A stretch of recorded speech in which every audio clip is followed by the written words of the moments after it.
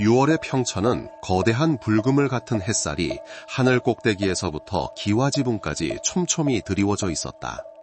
공기는 뜨거울 뿐만 아니라 오칠의 톡 쏘는 향과 뒤섞인 단양목 냄새로 끈적거렸다. 그 독특한 향기는 수백 년 역사의 이 목조각 공예 마을에 벽돌 한 장, 흙 한 줌까지 깊숙이 스며들어 있었다.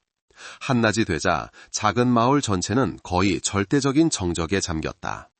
오직 끊임없이 울어대는 매미 소리와 어디선가 들려오는 마치 거목에 지치면서도 결코 멈추지 않는 심장박동 같은 건조하고 규칙적인 정소리만이 간간히 들려올 뿐이었다. 평천은 겹겹이 이어진 석회암 산맥 속에 자리 잡은 외부와 단절된 세계이자 예술과 낡은 관습의 오아시스였다. 이곳에서는 장인의 명성과 나무결에 깃든 정교함이 금은보화보다 더 귀하게 여겨졌다. 사람들은 이 일로 먹고 살았고 이 일 때문에 죽기도 했다. 그들은 과묵하고 자존심이 강했으며 항상 외부에서 온 사람들을 호기심과 경계심이 뒤섞인 눈초리로 쳐다보았다. 이미 나는 평천 토박이가 아니었다. 그녀는 재능은 있지만 불운한 남편 박진우를 따라 이곳에 온 지 5년째였다. 그리고 그 5년 동안 그녀는 마을 아낙네들의 잡담에 오르내리는 단골 주제가 되기에 충분했다. 그들은 그녀가 평생 나무 냄새만 맡고 살아온 여자들의 수수한 모습과는 전혀 다른 도시 여자 특유의 세련되고 영악한 아름다움을 지녔다고 말했다. 또한 남편의 작품을 파는 솜씨가 너무나 뛰어나고 교활하다고도 했다. 때로는 어딘가 진실되지 않게 느껴지는 교활함이었다. 그날 오후 갑작스러운 소나기가 쏟아진 뒤 무더위는 더욱 숨막히게 변했다. 이민아는 집 앞 툇마루의 등나무 의자에 앉아 흠뻑 젖은 작은 골목길을 뚫어지게 쳐다보고 있었다.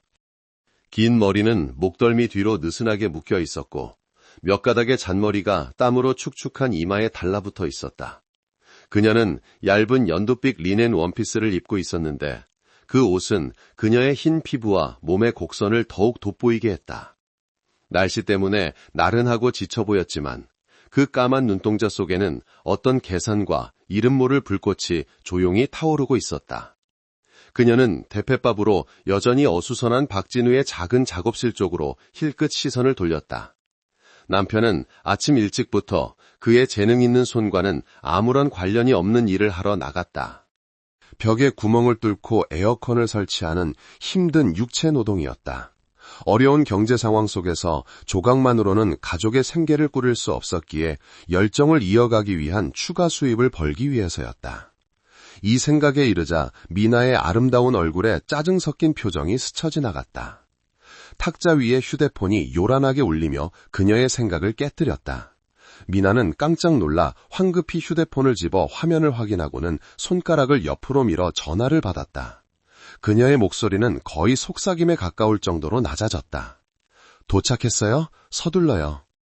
그 사람은 군청 공사 현장에 가서 밤늦게나 돌아올 거예요. 네, 평소랑 같아요. 장비 꼭 챙겨오고요. 이번에는 끝장을 봐야 해요. 통화는 순식간에 끝났고 그녀는 전화를 끊었다. 얼굴은 더욱 굳어졌다. 그녀는 일어나 툇마루 위를 서성였다. 슬리퍼가 축축한 타일 바닥 위에서 철벅거리는 소리를 냈다. 후텁지근한 바람이 불어와 젖은 흙냄새와 이웃집 정원의 치자나무 꽃향기를 실어왔지만 집과 그 젊은 여인의 마음을 뒤덮은 숨막히는 공기를 식혀주지는 못했다. 그녀는 그 의문의 전화 한 통이 평천의 지독한 여름 햇살과 함께 피비린내 나는 비극의 마지막 장을 엮어가고 있다는 사실을 알지 못했다. 전화가 끊긴 지 15분도 채 되지 않아 녹슬고 흙투성이인 낡은 오토바이 한 대가 덜덜거리며 작은 골목으로 들어섰다. 오토바이에 앉은 남자는 키가 크고 건장한 체격이었다. 그는 땀으로 얼룩진 낡은 민소매 셔츠를 입고 있었는데 그 아래로 울퉁불퉁한 팔 근육과 땀으로 번들거리는 등이 드러났다. 그는 평천의 유일한 용접공인 황태식이었다. 황태식은 기술보다는 그를 둘러싼 나쁜 소문으로 온 동네에 유명했다. 알코올 중독자의 바람둥이, 지나가는 여자들을 언제나 벗겨버릴 듯한 눈으로 쳐다보는 남자였다. 그는 오토바이를 담벼락에 아무렇게나 세우고 안에서 금속 도구들이 부딪히며 짤랑거리는 소리를 내는 낡은 천 가방을 들었다. 마당에서 채소를 다듬던 옆집 최씨 아주머니가 눈을 가늘게 뜨고 그쪽을 쳐다봤다. 황태식이 박진우의 집으로 곧장 들어가는 것을 보고는 입술을 길게 비중대밀며 며느리에게 말했다. 저것 봐, 저것 봐. 남편이 집 비우자마자 고양이가 생선가게 찾아오듯 기어들어오네. 저 이민아라는 여자는 정말 보통 내기가 아니라니까. 며느리는 그저 멋쩍게 웃을 뿐 감히 말을 보태지 못했다. 이민아와 황태식의 이야기는 이미 오래전부터 온 동네의 화제거리였다. 사람들은 박진우가 멀리 일하러 갈 때마다 태식이 그 집 주위를 어슬렁거리는 것을 자주 봤다. 또 미나가 태식에게 이것저것 수리를 부탁한 뒤에 돈을 조금씩 쥐어주는 것도 봤다. 평촌 사람들 눈에 그들의 관계는 대나처럼 뻔했다. 황태식은 주위의 시선 따위는 아랑곳하지 않았다. 그는 의미 없는 콧노래를 흥얼거리며 이미 살짝 열려있던 대문을 밀고 들어갔다. 이민아는 문 앞에서 기다리고 있었다. 그녀는 태식에게 빨리 들어오라고 손짓하고는 문을 닫았다. 집안의 분위기는 바깥 사람들이 상상하는 것과는 전혀 달랐다. 달콤한 말이나 애정어린 몸짓은 없었다. 황태식은 도구 가방을 바닥에 내던지며 투덜거렸다. 돈부터 주면 일하지. 이번이 마지막이야. 박진우 그 자식이 알면 날 아주 갈아마셔버릴 거라고. 이민아는 말없이 안으로 들어가 두툼한 봉투를 꺼내 탁자 위에 놓았다. 이게 내가 가진 전부예요. 조심해서 해요. 내가 당부한 거 똑똑히 기억하고 진짜처럼 보이게 해야 해요. 황태식은 봉투를 집어 대충 훑어보고는 바지 주머니에 쑤셔 넣었다. 그는 탐욕스러운 눈으로 미나를 쳐다봤다. 일 끝나면 뭐 더 얹어주는 거라도 있나? 아가씨 장난치지 마쇼. 미나가 날카로운 눈빛으로 쏘아붙이며 으르렁거렸다. 당신 일이나 끝내고 당장 꺼져요. 나 화나게 만들지 말고. 이민아의 험악한 표정에 황태식은 약간 주눅이 들었다. 그는 욕을 중얼거리며 도구 가방을 열어 소형 용접기와 쇠막대 몇 개, 그리고 다른 도구들을 꺼냈다. 차가운 금속 냄새와 기름 냄새가 퍼져나가 단양목 냄새와 뒤섞이며 숨막히는 혼합된 공기를 만들어냈다. 태식이 전원을 연결하고 용접기를 켜자 귀를 찢는 듯한 소리와 타는 금속 냄새와 함께 푸른빛이 터져나왔다. 밖에서 최씨 아주머니는 여전히 채소를 다듬고 있었다. 용접기 소리가 들려오자 그녀는 자신의 생각을 더욱 확신했다. 저것 봐, 용접까지 해가면서 별짓을 다 하네. 아주 쇼를 하는구만. 그녀는 자신이 불륜의 증거라고 생각했던 그 소리와 냄새가 사실은 죽음의 교향곡을 위한 서곡이라는 것을 상상조차 하지 못했다. 해는 서쪽 석회암 산맥 너머로 모습을 감추고 잿빛 하늘에 주황색과 붉은 빛의 얼룩덜룩한 노을을 남겼다. 밤은 습기와 귀뚜라미 소리를 품고 평천에 천천히 내려앉았다. 창문들에서 희미한 노란 불빛이 새어나오기 시작했지만 박진을의 집은 여전히 어둠 속에서 침묵을 지키고 있었다. 낡은 오토바이 한 대가 마지막 힘을 쥐어짜는 소리를 내며 골목 어귀에서 시동이 꺼졌다. 박진우가 오토바이에서 내리자 그의 길고 마른 그림자가 흙길 위에 길게 늘어졌다. 드릴과 먼지, 시멘트와 씨름한 하루가 조각가의 기력을 모두 빼앗아 버렸다. 그는 어깨를 충 들어뜨린 채 오토바이를 마당으로 끌고 들어갔다. 피로에 지친 얼굴에는 고된 삶의 주름이 더욱 깊게 패어 있었다. 그는 해가 완전히 진 후에야 집에 돌아오는 것에 익숙했다. 이민아가 마중 나오지 않는 것에도 익숙했다. 그녀는 그의 몸에서 나는 땀 냄새와 먼지 냄새를 싫어했다. 보통 이 시간이면 그녀는 부엌에서 저녁을 짓거나 텔레비전으로 드라마를 보고 있을 터였다. 말소리와 웃음소리, 음식 냄새와 불빛이 그를 맞이할 것이었다. 하지만 오늘은 무언가 아주 달랐다. 집은 죽음과 같은 침묵에 잠겨 있었다. 불빛도 TV 소리도 음식 냄새도 없었다. 오직 어둠과 소름 끼치는 정적뿐이었다. 대문은 살짝 닫혀 있었고 남자의 직감이 무언가 잘못되었다고 속삭였다. 미나야, 나왔어. 진우가 불렀지만 그의 목소리는 피로에 잠겨 갈라졌다. 대답은 없었고 오직 침묵하는 벽에서 되돌아오는 자신의 목소리 메아리뿐이었다.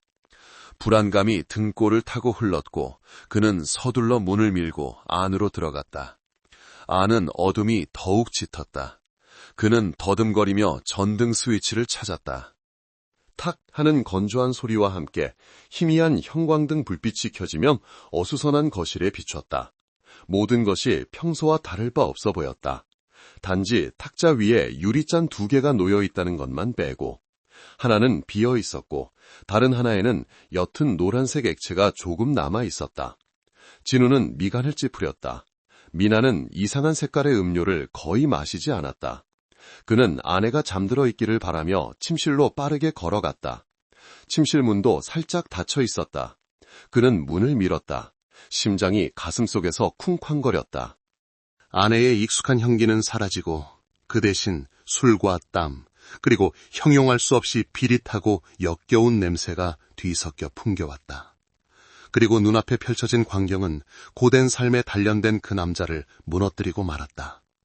그것은 모든 생각과 감정을 얼어붙게 하고 정신 속에 끔찍한 공백만을 남겼다.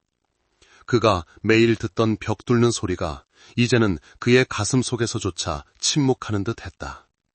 거실에서 새어들어온 불빛이 희미한 빗줄기를 만들어내며 박진우가 아내의 참상을 똑똑히 볼 수 있게 했다.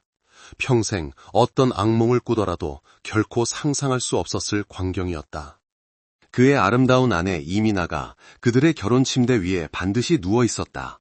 그녀의 몸은 희미한 불빛 아래 창백하게 빛나는 완전한 나체였고 긴 머리는 베개 위에 흩어져 있으며 두 눈은 감겨 있었지만 얼굴에는 놀라움과 고통 같은 표정이 남아 있었다. 하지만 진우를 거의 쓰러지게 만든 것은 아내의 벗은 몸이 아니었다. 가장 끔찍한 것은 그녀의 가슴 위에 있었다.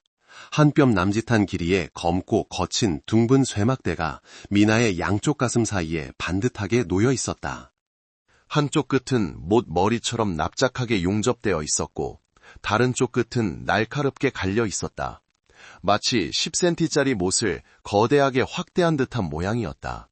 그 기괴하고 잔혹한 물건은 마치 악마의 표식이자 모독처럼 여인의 부드러운 몸 위에 놓여 있었다. 피는 없었다. 쇠막대는 그저 차갑고 조용히 놓여 있었을 뿐이지만 그 무게는 방 전체를 짓누르는 듯했다. 마비된 순간 진우는 그 자리에 못 박힌 듯 서 있었다. 그의 뇌는 눈이 보고 있는 것을 받아들이기를 거부했다. 소리를 지르고 싶었지만 목이 졸리는 듯했고 아내에게 달려가고 싶었지만 두 다리가 바닥에 박힌 듯했다. 그때 바닥에서 들려온 희미한 신음소리가 그를 끔찍한 혼란에서 깨웠다. 진우는 침대 밑으로 몸을 숙였다. 용접공 황태식이 웅크리고 누워 있었다. 그 역시 반나체 상태였고 몸에서는 술과 땀 냄새가 진동했다. 그는 의식을 잃은 채 의미 없는 말을 중얼거리고 있었다. 그의 옆에는 소형 용접기와 금속 도구들이 흩어져 있었다. 흩어져 있던 모든 조각들이 순식간에 진우의 머릿속에서 끔찍한 그림으로 맞춰졌다. 침대 위 아내의 나체, 침대 밑에 의식을 잃은 연적, 그리고 용접소에서나 만들 수 있는 잔인한 쇠못, 질투와 분노, 그리고 극심한 고통이 화산처럼 폭발하며 남자의 남은 이성을 모두 태워버렸다. 그는 더 이상 온화한 조각가도 인내심 강한 남편도 아니었다. 이 순간 그는 배신당하고 중상을 입어 인생의 가장 처참한 광경을 목격한 한 마리의 짐승을 뿐이었다. 그 10cm짜리 못은 아내의 가슴 위에만 놓인 것이 아니었다. 그것은 그가 애써 쌓아 올린 가정의 행복, 그의 심장에 곧바로 내리꽂힌 운명의 망치질과도 같았다. 집안의 끔찍한 침묵은 마침내 비명이 아닌 비인간적인 포효에 의해 찢어졌다. 그 소리는 박진우의 가슴 깊은 곳에서 터져나왔다. 한 남자가 모든 것을 잃었을 때의 절망과 분노, 그리고 극심한 고통이 담긴 소리였다. 세상에, 그의 외침은 더 이상 사람의 목소리가 아니었다. 그것은 작은 골목 전체에 울려 퍼졌고 침묵하는 벽에 부딪혔고 평천 마을의 고요한 밤을 꿰뚫었다. 저녁 식사를 준비하던 이웃들을 깨웠고 동네 개들이 일제히 지저대게 만들었다. 진우는 방으로 달려가 침대 옆에 무너져 내렸다. 그는 떨리는 손을 아내에게 뻗었지만 차가운 몸과 잔혹한 쇠막대에 차마 닿지 못하고 손을 거두었다. 눈물이 비처럼 쏟아져 내려 하루 종일 일하며 묻은 먼지와 뒤섞여 그의 고된 얼굴 위를 흘렀다. 그는 바닥에 머리를 박고 두 손으로 타일 바닥을 무의식적으로 쿵쿵 내리치며 목매인 울음 속에서 아내의 이름을 반복해서 부르는 것 외에는 아무것도 할 수 없었다. 미나야, 미나야, 왜 이렇게 된 거야, 미나야. 진우의 처절한 울음소리에 호기심 많은 이웃들이 달려왔다. 가장 먼저 온 사람은 최씨 아주머니였다.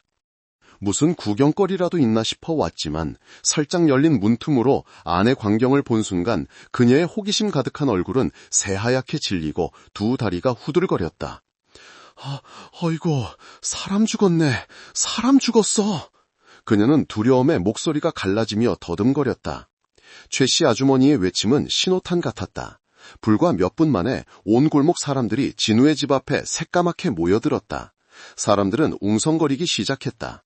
좀 더 대담한 남자 몇몇이 문을 밀고 안으로 들어갔다. 침실의 참상을 본 그들은 모두 경악했다. 마음 약한 몇몇 여자들은 눈물을 참지 못하고 서둘러 고개를 돌렸다. 이미 혼란스러웠던 현장은 구경꾼들의 호기심으로 더욱 어지러워졌다. 사람들은 손가락질하고 추측을 늘어놓았으며 어떤 사람은 더 자세히 보려고 대담하게 침실 안까지 들어갔다. 저기 용적공 태식이놈 침대 밑에 누워있네? 한 사람이 소리쳤다. 즉시 모든 시선이 의식을 잃은 용적공에게 쏠렸다. 남자 몇 명이 달려들어 태식을 밖으로 끌어냈다. 맞네, 저놈이야.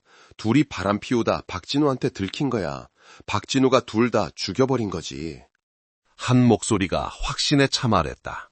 소문은 불길처럼 번져나갔고 순식간에 모두가 인정하는 사실이 되어버렸다. 혼란과 비통함이 작은 동네 전체를 뒤덮었다. 울음소리, 고함소리, 웅성거리는 소리가 뒤섞인 혼돈 속에서 사건의 가장 중요한 흔적들이 바로 그들의 발걸음에 의해 서서히 지워지고 있다는 사실을 아무도 눈치채지 못했다. 그날 밤 평천의 밤은 더 이상 고요하지 않았다. 그것은 하나의 비극과 사람들의 성급한 판결에 의해 산산조각 났다. 20분도 채 되지 않아 요란하게 울리는 경찰차 사이렌 소리가 작은 골목의 혼란스러운 분위기를 갈랐다. 특수차량 한 대가 힘겹게 비집고 들어왔고 그 뒤를 파출소 경찰 오토바이 몇 대가 따랐다.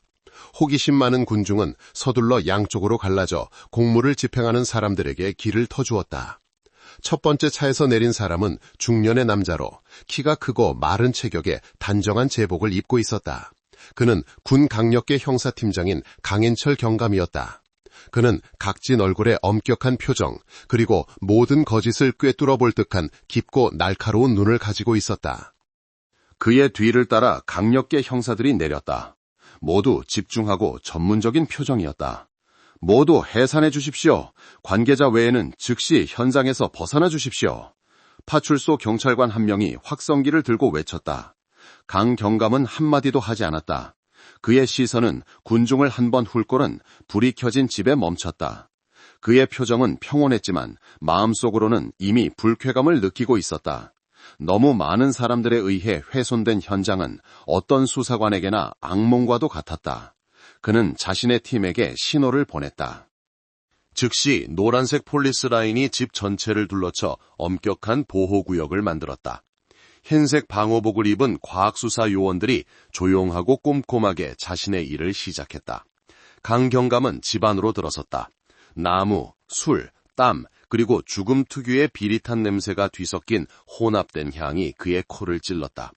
그는 거실을 훑어보고 탁자 위에 두 잔에 잠시 시선을 멈춘 뒤 침실로 직행했다. 비극적인 광경이 눈앞에 펼쳐졌다. 나체의 피해자, 가슴 위에 잔인한 쇠막대, 밖으로 끌려 나온 의식불명의 남자. 그는 파출소 경찰관으로부터 상황과 주민들의 소문에 대한 간략한 보고를 들었다. 그의 얼굴색은 전혀 변하지 않았다. 20년이 넘는 경력은 그에게 한 가지를 가르쳐 주었다. 가장 명백해 보이는 것을 절대 믿지 말라는 것이었다. 그는 장갑을 끼고 조심스럽게 침대 가까이 다가갔다. 그의 날카로운 눈은 피해자나 흉기뿐만 아니라 방 안의 가장 작은 디테일까지 훑었다. 바닥에 마른 진흙 자국, 침대 가장자리에 떨어진 긴 머리카락 한 올, 용접기의 위치, 남아있는 쇠막대들의 배치 방식 등 모든 것이 그의 노련한 뇌에 기록되고 빠르게 분석되었다. 그는 돌아서서 낮고 단호한 목소리로 말했다. 즉시 의식불명인 남자를 병원으로 후송하고 혈액 샘플 채취해서 검사 의뢰할 것, 그리고 남편은 서로 데려가 진술을 확보하고 현장은 완벽하게 봉쇄한다. 부검은 오늘 밤 안에 실시해야 한다. 명령이 떨어지자 그의 팀원들은 즉시 움직였다. 강경감과 그의 팀의 등장은 신속하게 질서를 회복시켰다. 혼란과 비통함의 분위기는 형사수사의 침묵, 집중, 그리고 전문성으로 대체되었다. 평천의 연극은 이제 어설픈 각본에 쉽게 속아 넘어가지 않을 새로운 감독을 맞이했다. 구급차와 경찰차의 헤드라이트가 평천 마을의 낡은 벽을 비출 때 호기심 많은 주민들부터 현장에 처음 도착한 파출소 경찰관들까지 거의 모든 사람의 마음속에는 하나의 가설이 형성되고 퍼져나가고 있었다. 모든 단서가 치정살인이라는 익숙한 시나리오와 너무나 명확하게, 너무나 완벽하게 들어맞는 것처럼 보였다. 아름답고 경박한 아내, 거칠고 폭력적인 내연남, 그리고 멀리 일하러 자주 가는 남편. 불륜을 위한 배경은 너무나 완벽했고 현장은 그 가설을 더욱 뒷받침했다. 여성 피해자는 침대 위에서 나체 상태로 사망했고 내연남은 바로 옆에서 역시 옷을 거의 걸치지 않은 상태로 의식을 잃고 있었다. 진동하는 술 냄새와 흩어진 용접공의 도구들, 모든 것이 단 하나의 결론을 가리켰다. 이것은 피로 물든 정사였다. 가장 가능성 있는 두 가지 시나리오가 빠르게 제시되었다. 첫 번째 시나리오, 질투. 남편 박진우가 예고 없이 돌아와 아내와 황태식의 불륜 현장을 목격했다. 통제불능의 분노에 휩싸인 그는 용접공의 쇠막대를 이용해 두 사람을 모두 살해했다. 그는 아내를 잔인한 방법으로 죽인 뒤 내연남을 때려 눕혔다. 그 후에 처절한 울음은 죄를 감추기 위한 연기일 뿐이었다. 두 번째 시나리오, 내부 갈등. 황태식과 이민아가 술 기운의 정사를 나누던 중 다툼이 벌어졌다. 원래 폭력적이기로 소문난 용접공이 격분한 나머지 내연녀를 살해했을 수도 있다. 그 후 술에 취해 의식을 잃었거나 혹은 위증을 만들기 위해 일부러 술을 마셨을 수도 있다. 이 두 시나리오 모두 매우 논리적이고 합리적으로 보였다. 특히 황태식이 의식불명 상태로 구급차에 실려갈 때 그의 몸에서 새로운 긁힌 상처 몇 개가 발견되면서 더욱 그랬다. 이것이 피해자의 저항 흔적이 아니고 무엇이겠는가?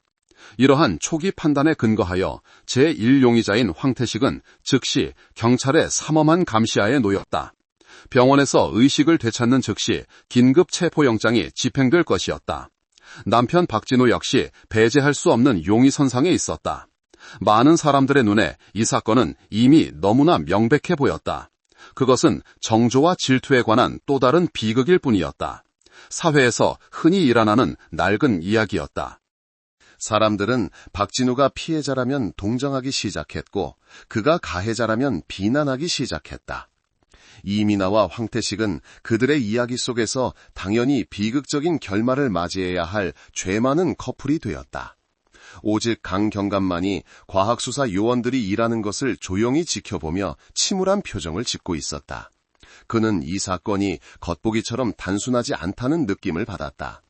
현장의 배치, 특히 피해자의 가슴 위에 놓인 쇠막대의 위치는 무언가 너무 연극적이고 너무 의도적이었다.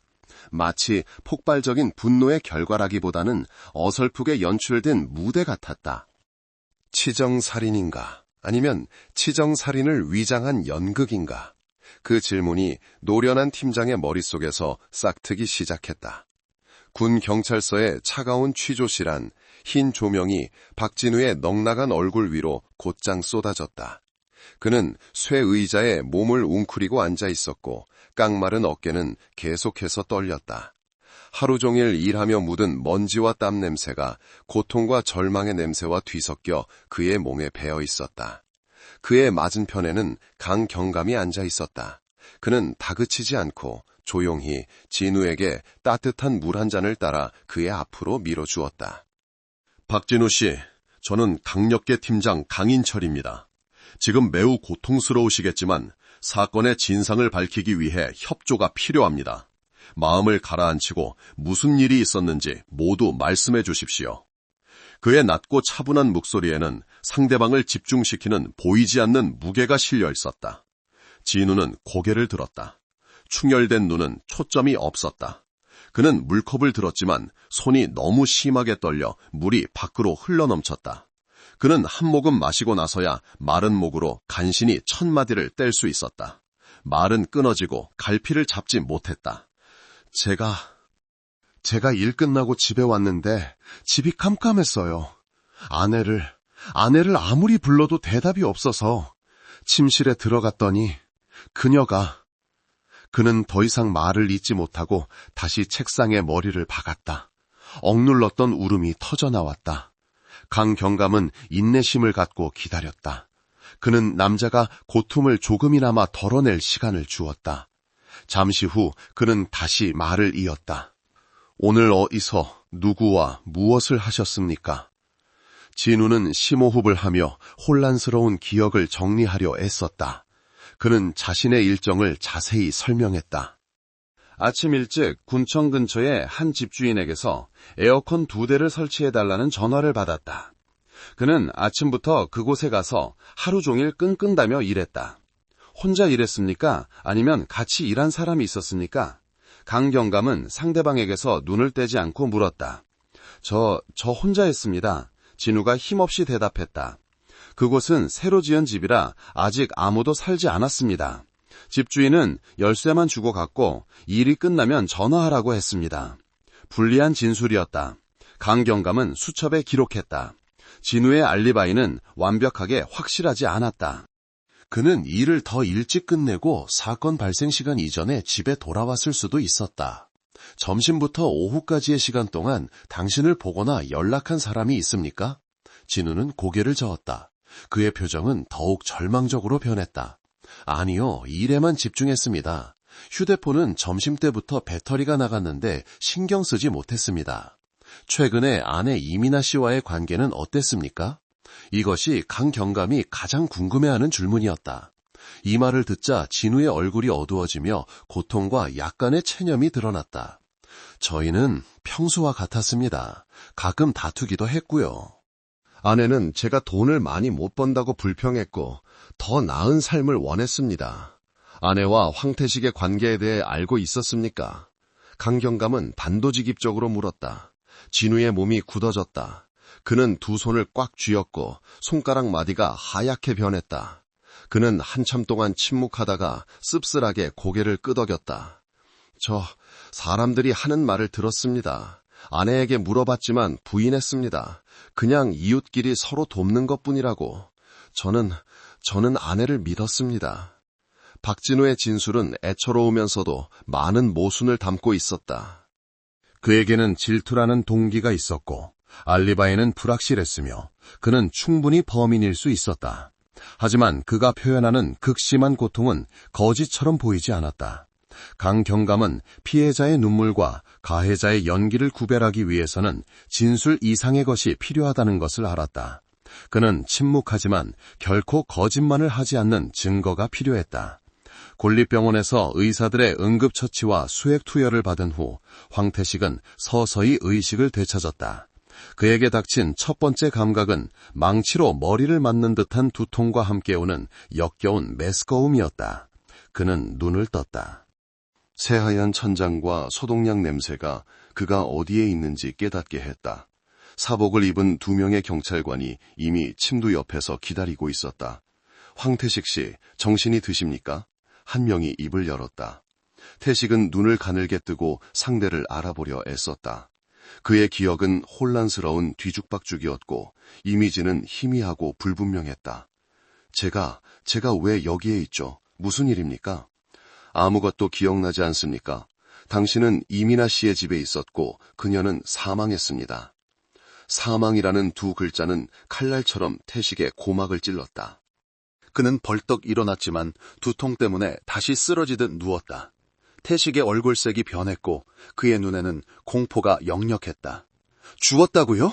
미나가 죽었다고요? 아니, 그럴 리가 없어요. 모든 일을 다 말해보세요. 왜 거기에 있었습니까?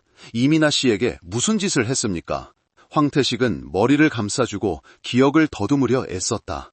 저는 기억이 안 나요. 정말 기억이 안 납니다. 그냥 미나가 도와줄 일이 있다고 저를 불렀던 것만 기억나요. 제가 거기에 갔더니 그녀가 제게 노란색 물이 담긴 컵을 주면서 해열에 좋다고 레모네이드라고 했어요.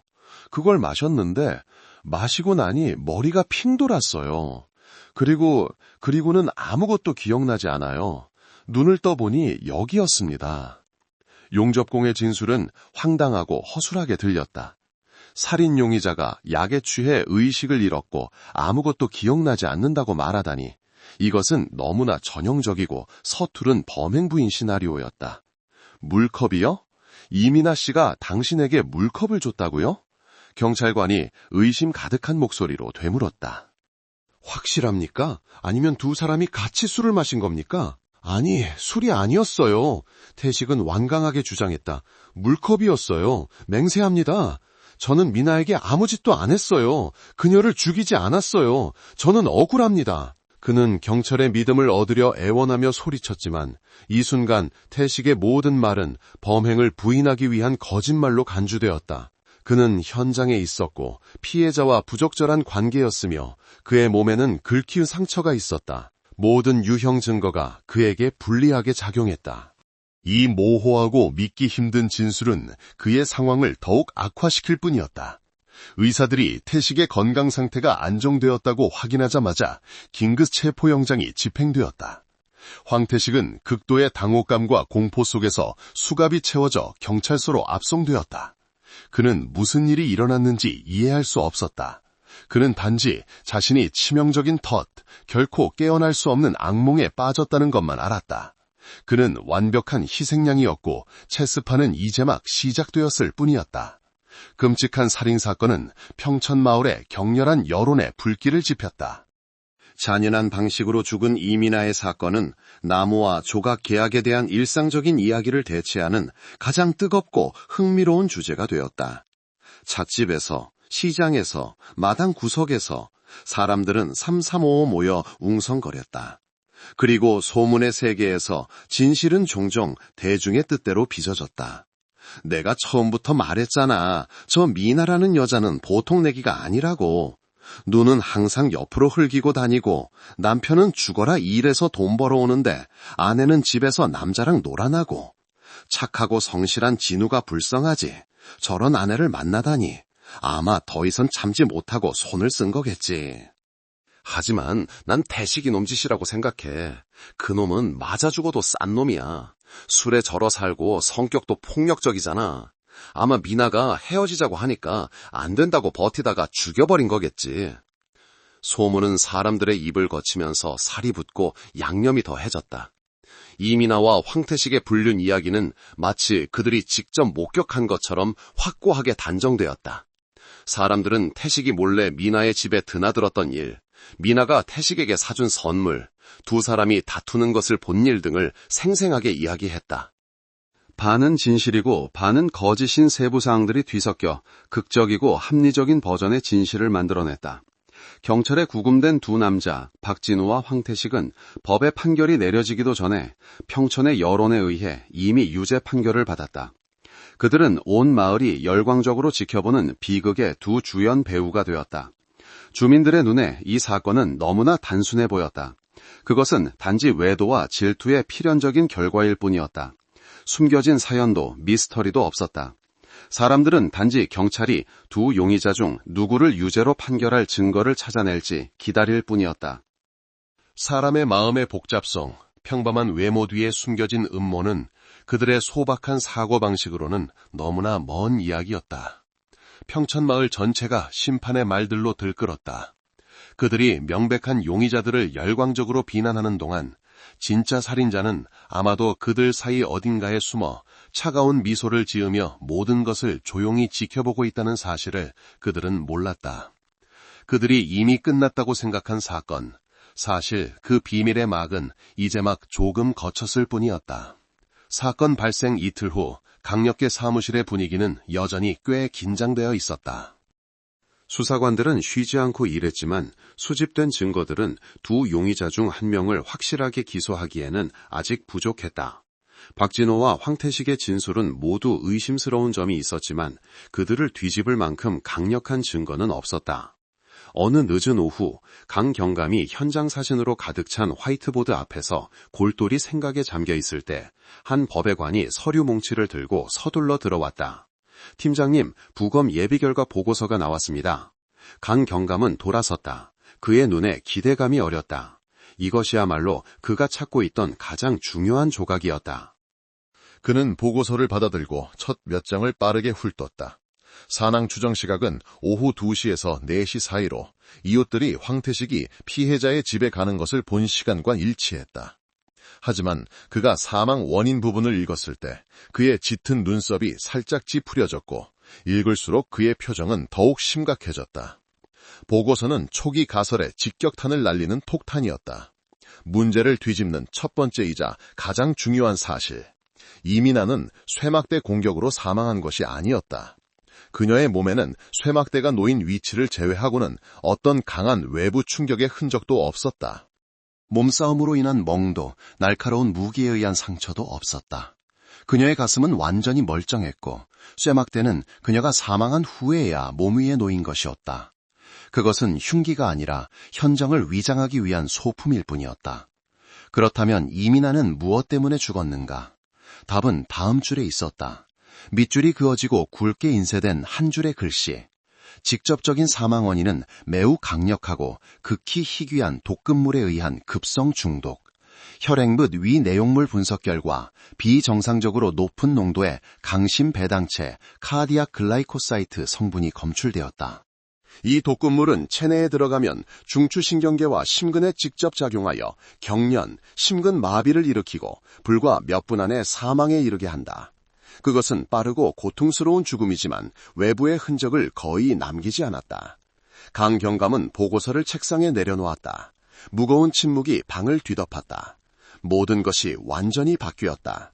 이것은 질투로 인한 우발적인 치정살인이 아니었다. 이것은 사전에 계획된 살인, 의도적인 독살 사건이었다. 쇠막대, 피해자의 나체 상태, 황태식의 존재.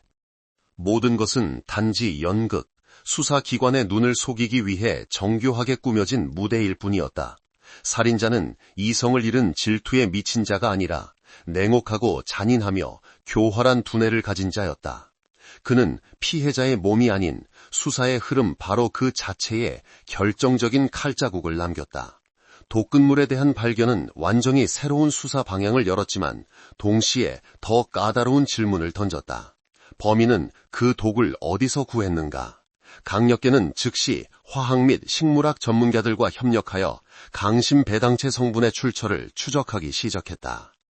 이것은 쉽게 구매할 수 있는 공업용 화학물질이 아니었다. 그것은 보통 자연계의 특정 식물에서 추출되었다. 수시간의 자료조사와 분자 구조 분석 끝에 전문가들은 놀라운 결론을 내놓았다. 이민아의 몸에서 발견된 독성 화합물은 매우 특징적인 구조를 가지고 있었으며 학명 안티아리스 톡시카리아, 일명 동나무의 수액에서 추출된 활성 성분과 일치했다. 주목할 만한 점은 이 나무가 이 지역의 석회암 산에서는 자생하지 않는다는 것이었다. 하지만 그것은 평천의 공해와 밀접한 관련이 있었다. 고문원에 따르면 수백 년 전 평천의 명인들은 최고급 오칠을 만드는 비법을 발견했다. 그들은 동나무의 수액을 복잡한 처리 과정과 여러 약초와의 배합을 거쳐 가장 귀한 조각품의 마지막 마감칠로 사용했다. 이 오칠은 밤처럼 깊고 검은 광택을 낼 뿐만 아니라 좀과 습기를 완벽하게 막아 작품이 시간의 흐름 속에서도 영원히 보존되도록 도왔다. 이 오칠의 제조법은 가장 뛰어난 제자에게만 전수되는 가문의 비법이었다. 동나무 수액을 처리하는 과정 또한 매우 위험하여 깊은 지식과 극도의 신중함이 요구되었다. 작은 실수 하나만으로도 목숨을 잃을 수 있었기 때문이다. 현대에 이르러 공업용 칠이 등장하면서 이 제조법은 거의 실전되고 잊혀졌다. 오직 마을에 살아있는 보물이라 불리는 몇몇 원로 장인들만이 이 비밀을 간직하고 있을 뿐이었다. 이 발견은 강경감의 등골에 전율이 흐르게 했다. 범인은 외부인이 아니었다. 범인은 평촌 사람이어야 했고 목조각에 대한 깊은 지식을 가졌으며 가장 중요하게는 작업실에서 그 치명적인 독을 접하고 제조할 수 있는 사람이어야 했다. 용의자의 범인은 완전히 바뀌었다. 그것은 더 이상 애정관계를 중심으로 맴돌지 않고 공해마을의 심장부와 조용한 작업실 문 뒤에 숨겨진 비밀 속으로 이동했다. 그날 밤 강경감은 비상대책회의를 소집했다. 회의실의 공기는 긴장감으로 가득했다. 화이트보드에는 치정살인 사건 현장 사진들이 여전히 붙어 있었지만 이제 그 의미는 완전히 달라졌다. 강경감은 보드 앞에 서서 빨간색 마커를 들었다. 그는 질투로 인한 살인이라는 글자 위에 단호하게 대각선을 그었다. 그 옆에 크고 힘있는 글씨로 썼다. 독살 및 위장 현장 조작. 동지들, 그의 목소리는 낮고 무게감이 있었다. 우리는 틀렸습니다. 하마터면 범인에게 놀아날 뻔했습니다. 이것은 우발적인 사건이 아니라 매우 정교하고 잔인하게 계획된 살인 사건입니다. 그는 법의학 보고서와 독극물 분석 결과를 모두 설명했다. 그가 내놓는 정보 하나하나가 회의실의 수사관들을 경악하게 했다. 단순해 보였던 사건이 순식간에 훨씬 더 복잡하고 어두워졌다. 범인은 강경감이 계속했다. 피비린내 나는 불륜 현장을 완벽하게 위장하려 했습니다. 그는 이미 나쁜 평판을 가진 황태식을 희생양으로 선택했습니다. 그는 태식에게 마취약을 먹인 뒤 피해자에게 독약을 먹이게 하거나 속여서 마시게 했습니다. 피해자가 사망한 후에야 그는 현장을 꾸미기 시작했습니다. 그는 두 사람의 옷을 모두 벗기고 피해자를 침대 위에, 태식을 침대 밑에 눕혔습니다. 그리고 마지막으로 잔인한 포인트를 주기 위해 가짜 흉기를 만들기 위해 쇠막대를 용접하여 피해자의 가슴 위에 놓았습니다. 회의실의 모든 사람들은 숨을 죽이고 들었다. 사건의 그림이 훨씬 더 명확하고 끔찍하게 다시 그려지고 있었다. 범인은 강경감이 계속했다. 피비린내 나는 불륜 현장을 완벽하게 위장하려 했습니다. 그는 이미 나쁜 평판을 가진 황태식을 희생양으로 선택했습니다. 그는 태식에게 마취약을 먹인 뒤 피해자에게 독약을 마시게 하거나 속여서 마시게 했습니다. 피해자가 사망한 후에야 그는 현장을 꾸미기 시작했습니다.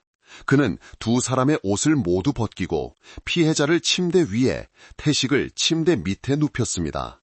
그리고 마지막으로 잔인한 포인트를 주기 위해 가짜 흉기를 만들기 위해 쇠막대를 용접하여 피해자의 가슴 위에 놓았습니다.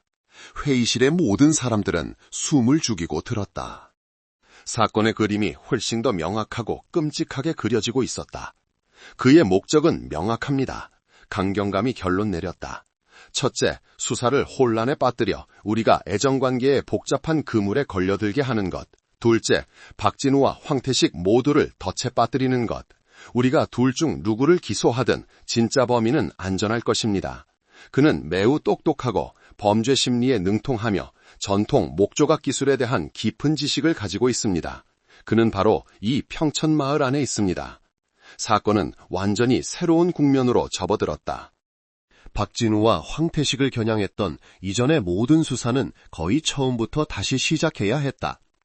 이제 임무는 그 고대의 독약을 제조할 능력과 지식을 가진 마을의 모든 사람들을 다시 조사하는 것이었다. 살인자는 더 이상 질투에 미친 남자나 폭력적인 놈이 아니라 장인의 탈을 쓰고 마을의 전통적 가치를 지키는 사람의 모습으로 숨어있는 유령이었다. 비상회의가 진행되는 동안 강경감의 판단을 더욱 확고하게 하는 또 다른 중요한 소식이 전해졌다. 바로 황태식의 혈액검사 결과였다. 국립병원의 보고서에 따르면 용접공의 혈액 샘플에서는 거의 무시할 수 있을 정도로 낮은 알코올 농도뿐만 아니라 코끼리도 쓰러뜨릴 만한 양의 강력한 수면 진정제인 디아제팜이 검출되었다. 이것은 태식의 진술과 완벽하게 일치했다. 그는 거짓말을 하지 않았다. 그는 정말로 약에 취했던 것이다. 이민아가 그에게 준 노란색 물은 레모네이드가 아니라 수면제가 미리 타져 있던 죽음의 한 잔이었다. 그는 공범이 아니었다. 하물며 범인은 더더욱 아니었다. 그는 단지 살인자의 연극을 완성하기 위해 현장에 배치된 꼭두각시, 체스판의 졸에 불과했다. 몸싸움의 증거로 여겨졌던 그의 몸에 난 긁힌 상처들은 이제 다시 검토되었다. 아마도 그가 의식을 잃은 후 바닥에 끌리면서 생겼거나 혹은 범인이 위장 현장의 설득력을 높이기 위해 일부러 만든 것일 가능성이 매우 높았다. 강 경감은 대담한 결정을 내렸다. 이 정보는 당분간 비밀로 유지한다. 여론과 용의자들이 우리가 여전히 황태식에게 집중하고 있다고 생각하게 놔둬. 우리는 비밀리에 그를 주요 용의선상에서 제외하되 미끼로 남겨둘 것이다. 범인은 자신의 희생양이 여전히 갇혀있는 것을 보고 안심하고 경계를 늦출 것이다. 그것이 바로 우리의 기회다. 명령은 지켜졌다. 황태식은 살인 용의자의 위치에서 중요한 증인이자 자신도 모르는 사이에 사건 해결 계획의 일부가 되었다. 그는 여전히 구금되어 있었고 여론의 증오와 극심한 공포에 직면해야 했지만 적어도 죽음의 낫에서는 벗어났다. 체스판은 이제야 비로소 균형을 되찾기 시작했다. 수사 방향이 완전히 바뀌면서 강력계는 피해자의 집에서 두 번째 현장 수색을 시작했다. 훨씬 더 철저하고 세심하게.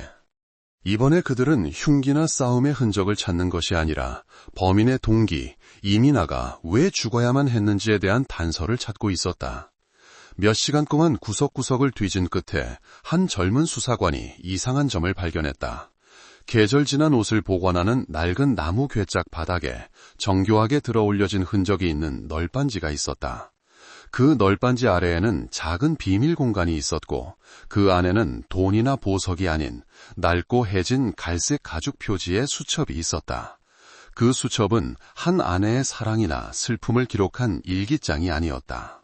안에는 온통 이민아의 급하고 때로는 흘려 쓴 글씨로 채워져 있었지만 내용은 매우 기이했다. 그것은 조각품 목록이었지만 박진우가 만든 것이 아니었다. 작품들의 이름은 모두 매우 오래된 것들로 수세기 전 평천의 명성을 만든 걸작들의 이름이었다. 각 이름 옆에는 숫자, 복잡한 계산, 그리고 아무도 이해할 수 없는 이상한 기호들이 적혀 있었다. 때로는 백사장이라는 이름이 여러 번 동그라미 쳐져 있었다. 마지막 몇 장으로 갈수록 내용은 더욱 이해하기 어려워졌다. 이민아는 고대 작품들의 도안과 문양 세부 사항을 다시 그리고 그것들을 그녀가 복제품이라고 적은 무언가와 비교하고 있었다. 나무결이 다름, 오칠의 깊이가 부족함, 동나무 수액이 필요함과 같은 메모들이 있었다. 강경감은 수첩을 손에 들고 얼굴이 굳어졌다. 그는 이해하기 시작했다. 이민아는 단지 가난한 삶에 실증난 아내가 아니었다. 그녀는 매우 위험한 길에 발을 들여놓고 있었다. 이 기록들은 예술에 대한 동경이 아니라 어떤 비밀을 벗겨내려는 사람의 조사이자 분석이었다.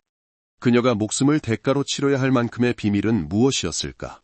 그것은 고대 조각품, 복제품, 그리고 백사장이라는 의문의 인물과 관련이 있는 것은 아닐까? 수첩은 불륜보다 더 어두운 지하 세계로 통하는 또 다른 문을 열었다. 비밀 수첩은 이민아에 대해 완전히 다른 초상화를 그려냈다. 이를 더 명확히 하기 위해 강경감은 형사들을 파견하여 피해자의 과거와 사회적 관계를 평천뿐만 아니라 결혼 전 그녀의 고향까지 깊이 파고들게 했다. 그림은 점차 뚜렷하고 놀랍게 드러났다. 이민아는 도시의 가난한 가정에서 태어났다. 그녀는 일찍부터 생계를 위해 온갖 일을 하며 고생했다. 그녀는 똑똑하고 영리했으며 인생 역전에 대한 불타는 열망을 가지고 있었다. 재능 있는 장인 박진우와의 결혼은 그녀가 과거의 삶에서 벗어나기 위한 한 걸음처럼 보였다. 하지만 진우의 불운과 평천 공해마을의 잡답한 삶은 금세 그녀의 환상을 깨뜨렸다. 그녀의 야망은 평범한 삶에 안주하는 것을 허락하지 않았다. 그녀는 단순히 남편의 작품을 파는데 그치지 않았다. 그녀는 예리한 감각으로 미술품 거래계의 이상한 점들을 일찍부터 감지했다. 형사들은 약 1년 전부터 미나가 정기적으로 도시에 비밀스러운 외출을 했다는 사실을 알아냈다.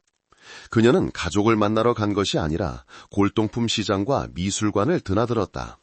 그리고 그곳에서 그녀는 백사장이라는 별명을 가진 골동품 거래계의 거물과 알게 되었다.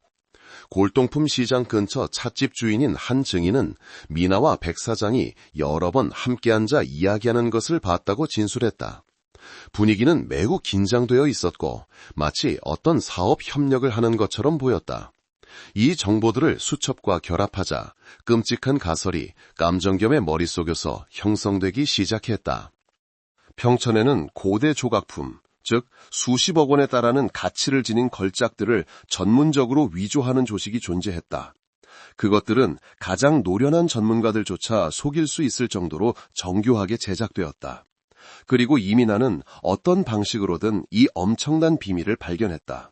그녀는 침묵할 사람이 아니었다. 야심찬 성격상 그녀는 고발하는 길을 택하지 않았을 가능성이 높았다. 대신 그녀는 비밀리에 백사장과 결탁하여 복제품을 빼돌려 이익을 챙기려 했을 것이다. 혹은 더 나쁘게는 평천 조직의 우두머리가 누구인지 알아내고 그 비밀을 이용해 협박하며 더 큰 이익을 요구했을 것이다. 어떤 시나리오든 이민아는 스스로를 권력 있고 잔인한 자들의 눈의 가시로 만들었다. 그녀는 너무 많이 알고 있었다. 그리고 그 지하 세계에서 너무 많이 아는 사람들의 결말은 보통 하나뿐이었다. 그녀의 죽음은 사랑 때문이 아니라 돈, 탐욕, 그리고 평천 공예마을 전체를 뒤흔들 수 있는 비밀 때문이었다. 새로운 판단에 따라 강경감은 직접 문사부를 만나기로 결정했다. 이 노장이는 평천 공예마을의 거목이자 영혼으로 여겨졌다. 그는 정성껏 가꾼 정원으로 둘러싸인 오래된 3칸짜리 한옥에 살았다. 그의 작업실은 집 뒤편에 있었고 아무나 들어갈 수 있는 곳이 아니었다. 강경감이 도착했을 때 문사부는 늙은 목련나무 아래에서 차를 마시고 있었다. 그는 신선 같은 풍모를 지녔고 백발은 뒤로 단정하게 묶여 있으며 소박한 갈색 옷을 입고 있었다. 그는 온 마을을 뒤흔든 사건에 전혀 영향을 받지 않은 듯 평온한 태도로 강력계 팀장을 맞이했다. 앉으시오. 우리 마을이 예로부터 조용했는데 이런 안타까운 일이 생길 줄이야. 문사부의 목소리는 낮고 따뜻했지만 어딘가 거리감이 느껴졌다. 사부님, 저희가 온 것도 하루빨리 범인을 찾아 공예마을의 평화를 되찾아드리기 위함입니다.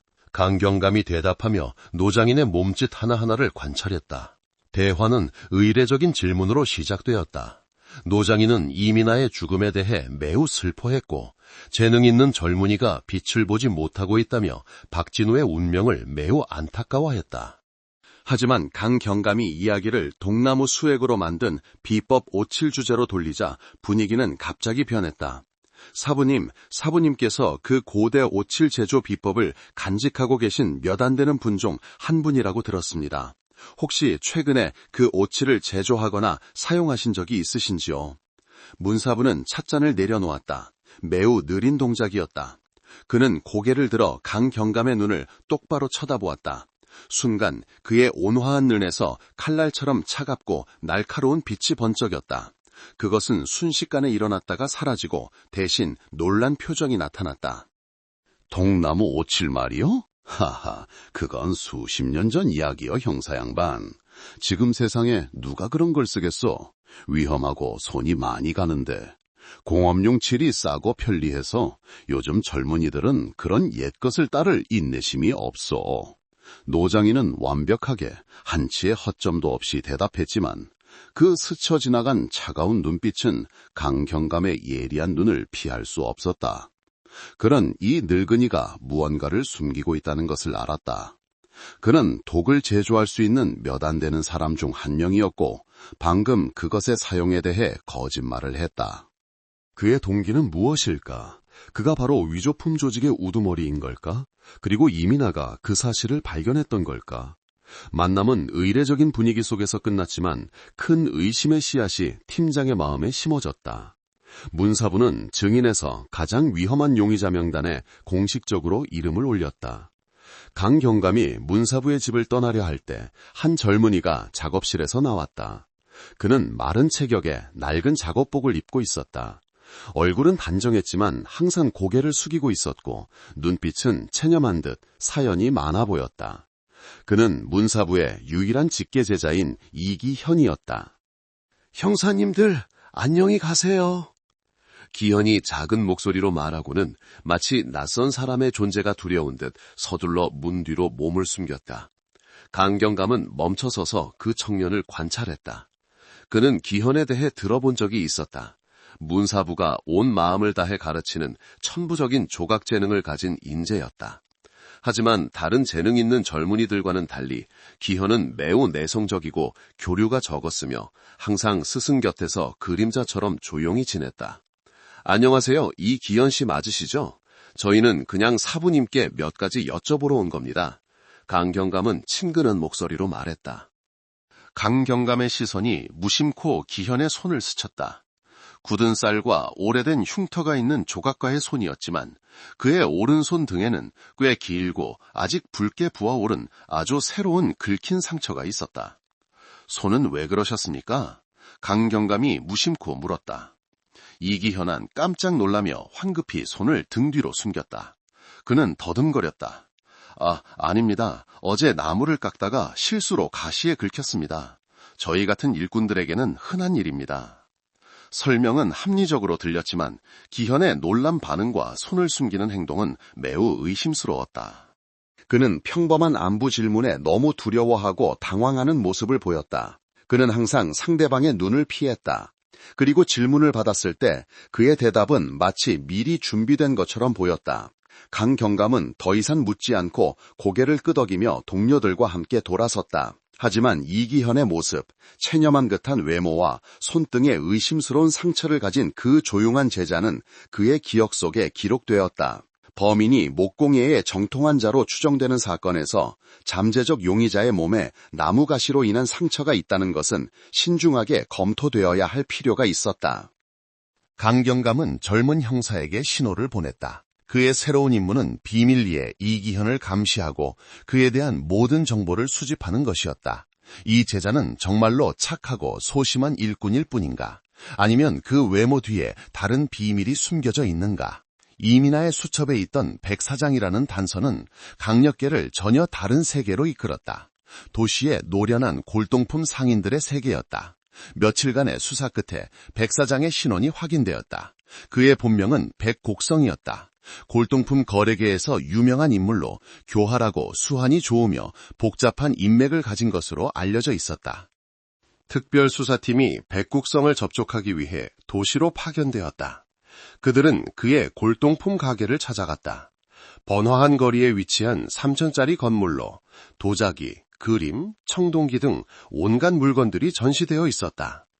경찰이 들어와 신분을 밝히자 항상 웃고 있던 백국성의 살찐 얼굴에 순간 당황한 기색이 스쳤지만 그는 금세 평정을 되찾았다.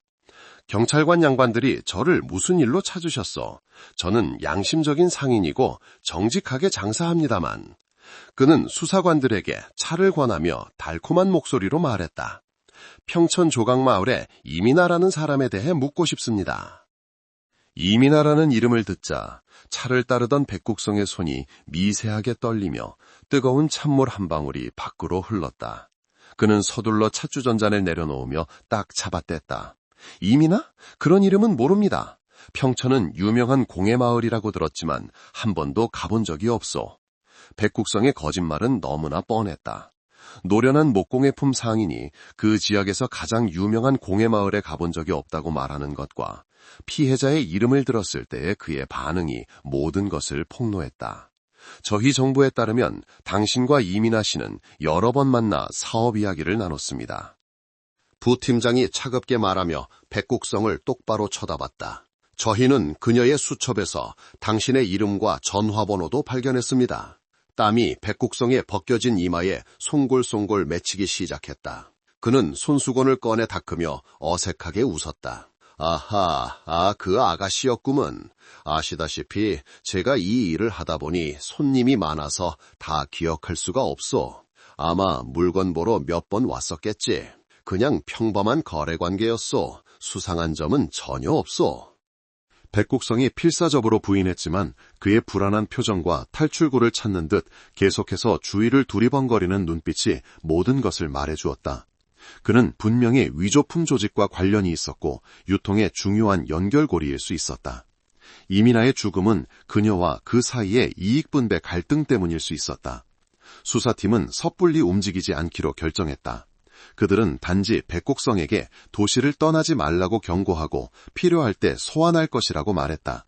하지만 그들이 떠나자마자 백곡성에 대한 24시간 감시 명령이 내려졌다. 이 늙은 여우는 분명히 이상한 행동을 보일 것이고 그것이 바로 경찰이 그 물을 칠 때였다. 수사는 전혀 예상치 못한 방향으로 전환되었다.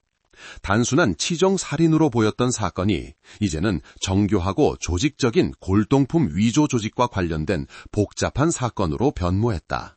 처음에는 박진우와 황태식을 중심으로 돌았던 용의선상의 원이 이제는 훨씬 더 위험하고 예측 불가능한 3명의 새로운 이름으로 확장되었다. 용의자 1번 문사부, 존경받는 노장인이자 공해마을의 상징. 동기, 그는 위조품 조직의 주모자일 수 있다. 자신의 재능과 명성을 이용해 완벽한 복제품을 만들었다. 이민아가 이 비밀을 발견하고 협박하자 입을 막기 위해 손을 썼다. 범행 가능성. 그는 동나무 수액으로 독을 제조할 지식과 능력을 가진 몇 안 되는 사람 중 한 명이다. 그는 정교한 위장 현장을 만들 만큼의 지능과 침착함을 가지고 있다. 용의자 2번 이기현. 조용하고 재능 있지만 항상 소심해 보이는 제자. 동기. 그는 스승의 지시 아래 위조품을 직접 제작하는 사람일 수 있다.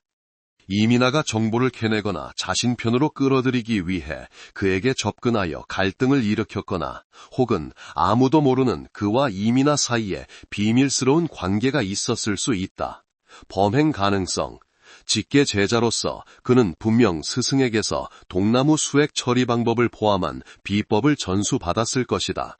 그의 손에 난 상처는 여전히 큰 의문점이다. 용의자 3번 백사장. 도시의 교활한 골동품 상인. 동기, 이익. 그는 조직의 유통 책임자다. 이민아가 너무 큰 몫을 요구했더나 그를 제치고 다른 루트와 단독으로 거래하려 하자 그가 제거했을 수 있다. 범행 가능성, 그가 직접 손을 쓰지는 않았을 수 있지만 평천의 주모자와 공모하거나 사람을 고용하여 살인을 저질렀을 가능성은 충분하다. 그의 갑작스런 실종은 의심을 더욱 증폭시킨다. 3명의 용의자, 3가지 가능성, 3개의 다른 길. 강경감의 수사팀은 까다로운 문제에 직면했다. 범인은 늑대인가 여우인가 아니면 치명적인 비밀을 함께 숨기고 있는 늑대 무리인가. 수사는 이제 단순히 살인범을 찾는 것을 넘어 전통 공해마을의 그늘 아래 너무나 오랫동안 숨어있던 범죄 네트워크 전체를 파헤치는 것이 되었다.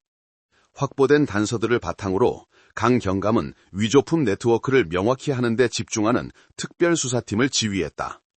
그들은 평천이나 도시뿐만 아니라 인근 지방까지 수사를 확대하여 지난 몇 년간 판매된 의심스러운 예술품들의 흔적을 추적했다. 거대하고 복잡한 그림이 서서히 드러났다. 이 조직은 매우 전문적으로 활동했다.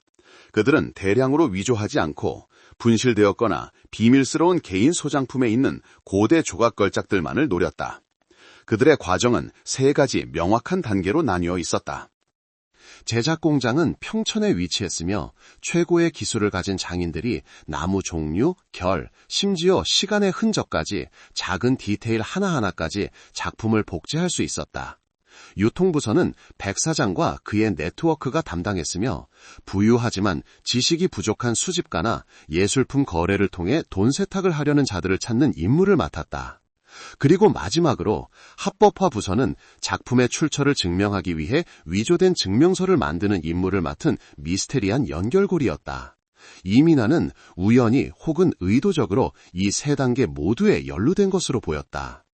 그녀는 평천에 살면서 제작 공장을 발견했을 수 있다. 그녀가 백사장과 접촉했다는 것은 유통부서에 손을 댔다는 의미며 아마도 그녀는 전체 조직을 장악하기 위해 합법화 부서의 배후를 찾아내려 했을 것이다. 바로 그 탐욕과 무모함이 그녀를 죽음으로 내몰았다. 그녀는 더 큰 이익을 원했거나 조직 전체를 독차지하고 싶었을 것이다. 그녀는 자신이 상대하는 자들의 잔인함을 너무 얕보았다. 그들은 단지 장인이나 상인이 아니었다. 그들은 길을 막는 자는 누구든 삼켜버릴 준비가 된 상어들이었다. 이 네트워크를 수사하는 것은 양파 껍질을 벗기는 것과 같았다. 깊이 벗길수록 눈이 매워지고 더 많은 복잡한 층이 드러났다. 강경감은 핵심까지 파고들어 진짜 주모자를 찾아내야만 이민아를 죽인 자의 진상이 드러날 것이라는 것을 알았다. 수사팀이 조용히 수사를 진행하는 동안 보이지 않는 압력이 그들을 짓누르기 시작했다. 그리고 그것은 바로 문사부로부터 나왔다. 노장이는 자신의 명성과 영향력을 교묘하게 사용했다. 그는 마을 장인 협의회를 소집하여 경찰이 작업실을 너무 많이 방해하여 사업에 영향을 미치고 특히 평천 공해 마을의 깨끗한 명성을 더럽히고 있다는 우려를 표명했다. 그는 또한 군 지도부에게 공개 서한을 보내 수사기관이 잘못된 방향으로 가고 있어 대중에게 불안감을 조성하고 있다는 뜻을 넌지시 비쳤다. 서한에서 그는 이 사건이 명백히 치정 비극일 뿐이며 다른 문제로 수사를 확대하는 것은 불필요하고 전통문화 가치를 훼손한다고 강조했다. 문사부의 행동은 엇갈린 여론의 물결을 일으켰다. 이미 치정살인 가설을 믿고 있던 일부 주민들은 경찰의 존재에 불쾌감을 표하기 시작했다. 그들은 경찰이 무능해서 범인을 찾지 못하니 엉뚱한 것을 들쑤신다고 생각했다. 상부로부터의 압력도 내려오기 시작했다. 강형감은 사건을 조속히 종결하여 장기화가 지역의 안녕과 이미지에 영향을 미치지 않도록 하라는 전화를 받았다. 이것은 분명히 문사부의 고단수 심리전이었다. 그는 여론과 정치적 압력을 이용해 수사팀을 멈추게 하고 초기 가설로 돌아가 이미 준비된 두 용의자 중 한 명을 기소하도록 강요하려 했다. 그는 경찰이 안에 숨겨진 것을 찾기 전에 수사의 문을 닫고 싶어 했다. 하지만 강경감처럼 노련한 사람에게 압력은 그의 결심을 더욱 굳건하게 할 뿐이었다. 문사부의 행동은 그가 두려워하고 있다는 것을 더욱 증명했다. 이 늙은이는 분명히 엄청난 비밀, 그가 모든 것을 걸고 지키려는 비밀을 숨기고 있었다. 모든 관심이 문사부와 백사장에게 쏠려 있는 동안 이기현의 손에 난 상처에 대한 법의학 분석 결과가 도착했다. 이것은 강경감이 꽤 많은 기대를 걸었던 단서였다. 하지만 결과는 기대와 달랐다. 보고서는 상처에서 발견된 이물질이 나무가시가 맞다고 결론 내렸다. 종류를 분석한 결과 그것은 평촌에서 일반적인 제품을 만드는데 매우 흔하게 사용되는 소나무 가시였다. 특별한 것은 없었다. 상처의 모양은 작업 중에 날카로운 나무 조각에 긁힌 것과 일치했다. 이 결과는 이기현의 무죄를 증명하는 것처럼 보였다. 그의 설명은 완전히 합리적이었다. 기현을 감시하던 형사들도 그가 아침부터 저녁까지 작업실에서 묵묵히 일할 뿐 의심스러운 관계나 연락이 전혀 없는 등 이상한 행동을 보이지 않았다고 보고했다.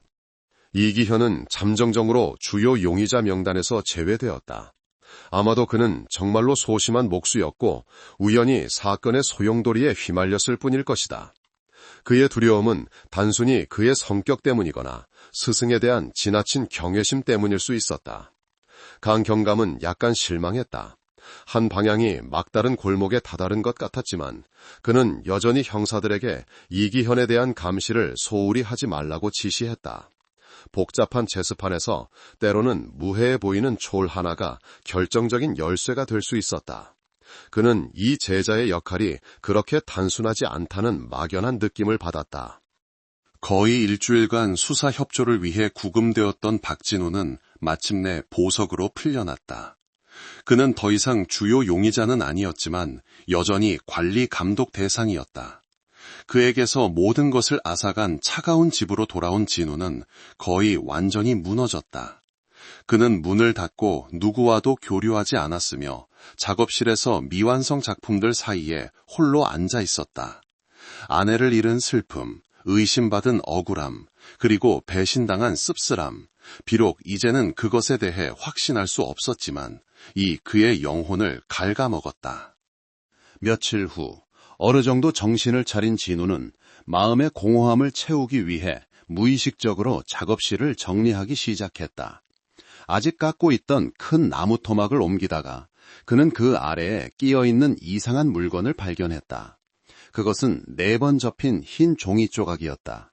이미 약간 누렇게 변해 있었다. 진우는 호기심에 펼쳐보았다. 안에는 떨리는 필체로 휘갈겨 쓴 악의에 찬 단 한 줄의 글씨만 있었다. 너무 많이 알면 죽는다. 박진우는 얼어붙었다. 온몸이 차갑게 식었다. 이 종이 조각은 어디서 왔을까? 언제부터 여기에 있었을까? 누가 여기에 놓았을까? 이것은 분명한 협박이었다. 하지만 누구를 협박하는 것일까? 그를? 아니면 이것은 이민아를 위한 협박이었고 여기에 떨어져 있었던 걸까?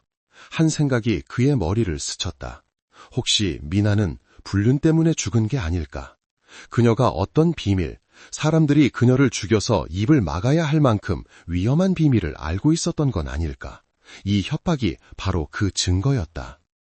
한치의 망설임도 없이 진우는 종이 조각을 들고 집 밖으로 뛰쳐나가 신고하기 위해 곧장 파출소로 달려갔다. 그는 자신의 이 행동이 수사팀에 중요한 증거를 추가로 제공할 뿐만 아니라 범인이 여전히 아주 가까이에 있다는 것을 암묵적으로 확인시켜준다는 사실을 몰랐다. 그는 수사의 모든 동향을 지켜보고 있었고 위협을 느낀다면 다시 한번 손을 쓸 준비가 되어 있었다. 이제 시간과의 싸움은 그 어느 때보다 절박해졌다. 익명의 협박은 강경감의 가설을 확증했다. 범인은 불안해하고 있었다. 지금이야말로 결정적인 한 방을 날릴 적기였다. 그는 문사부의 작업실을 비밀리에 수색하는 모험을 감행하기로 결정했다. 이것은 매우 위험한 행동이었다. 발각되면 경찰의 명성에 영향을 미칠 큰 스캔들을 일으킬 수 있었다. 하지만 강경감은 그 작업실이 가장 많은 비밀을 숨기고 있는 곳이라는 것을 알았고 더 이상 기다릴 수 없었다. 억수 같은 비가 내리던 방, 평천마을 전체가 깊은 잠에 빠졌을 때 강경감이 직접 지휘하는 정예 수사팀이 조용히 문사부의 집에 접견했다. 그들은 밤의 어둠 속에서 유령처럼 가볍게 움직이며 노장인이 설치한 간단한 CCTV 시스템을 무력화시켰다. 작업실은 매우 튼튼한 오래된 자물쇠로 잠겨 있었지만 팀의 자물쇠 해체 전문가에게는 흔적을 남기지 않고 여는데 1분도 채 걸리지 않았다. 작업실 안은 나무와 오칠 냄새로 가득했다. 모든 것이 매우 단정하게 정리되어 있어 위조품을 제작하는 곳처럼 보이지 않았다. 하지만 강경감은 문사부처럼 신중한 자가 비밀스러운 물건을 눈에 잘 띄는 곳에 둘 리가 없다고 믿었다. 그는 형사들에게 수색을 시작하라고 신호를 보냈다. 그들은 벽 하나하나를 두드리고 바닥 널빤지 하나하나를 확인했다. 거의 1시간 동안 절대적인 침묵 속에서 수색한 끝에 한 형사가 이상한 점을 발견했다. 도구 선반두에 큰 벽면을 두드렸을 때 다른 곳과 달리 텅 빈 소리가 났다. 그들은 조심스럽게 선반을 옆으로 옮겼다. 벽은 완전히 평범해 보였다. 하지만 강경감이 특수 손전등을 가까이 비추자 그는 거의 보이지 않을 정도로 극도로 정교한 절단선을 발견했다. 그것은 비밀문을 이루고 있었다. 잠시 헤맨 끝에 그들은 벽에 나뭇결 무늬로 위장된 장치를 찾아냈다.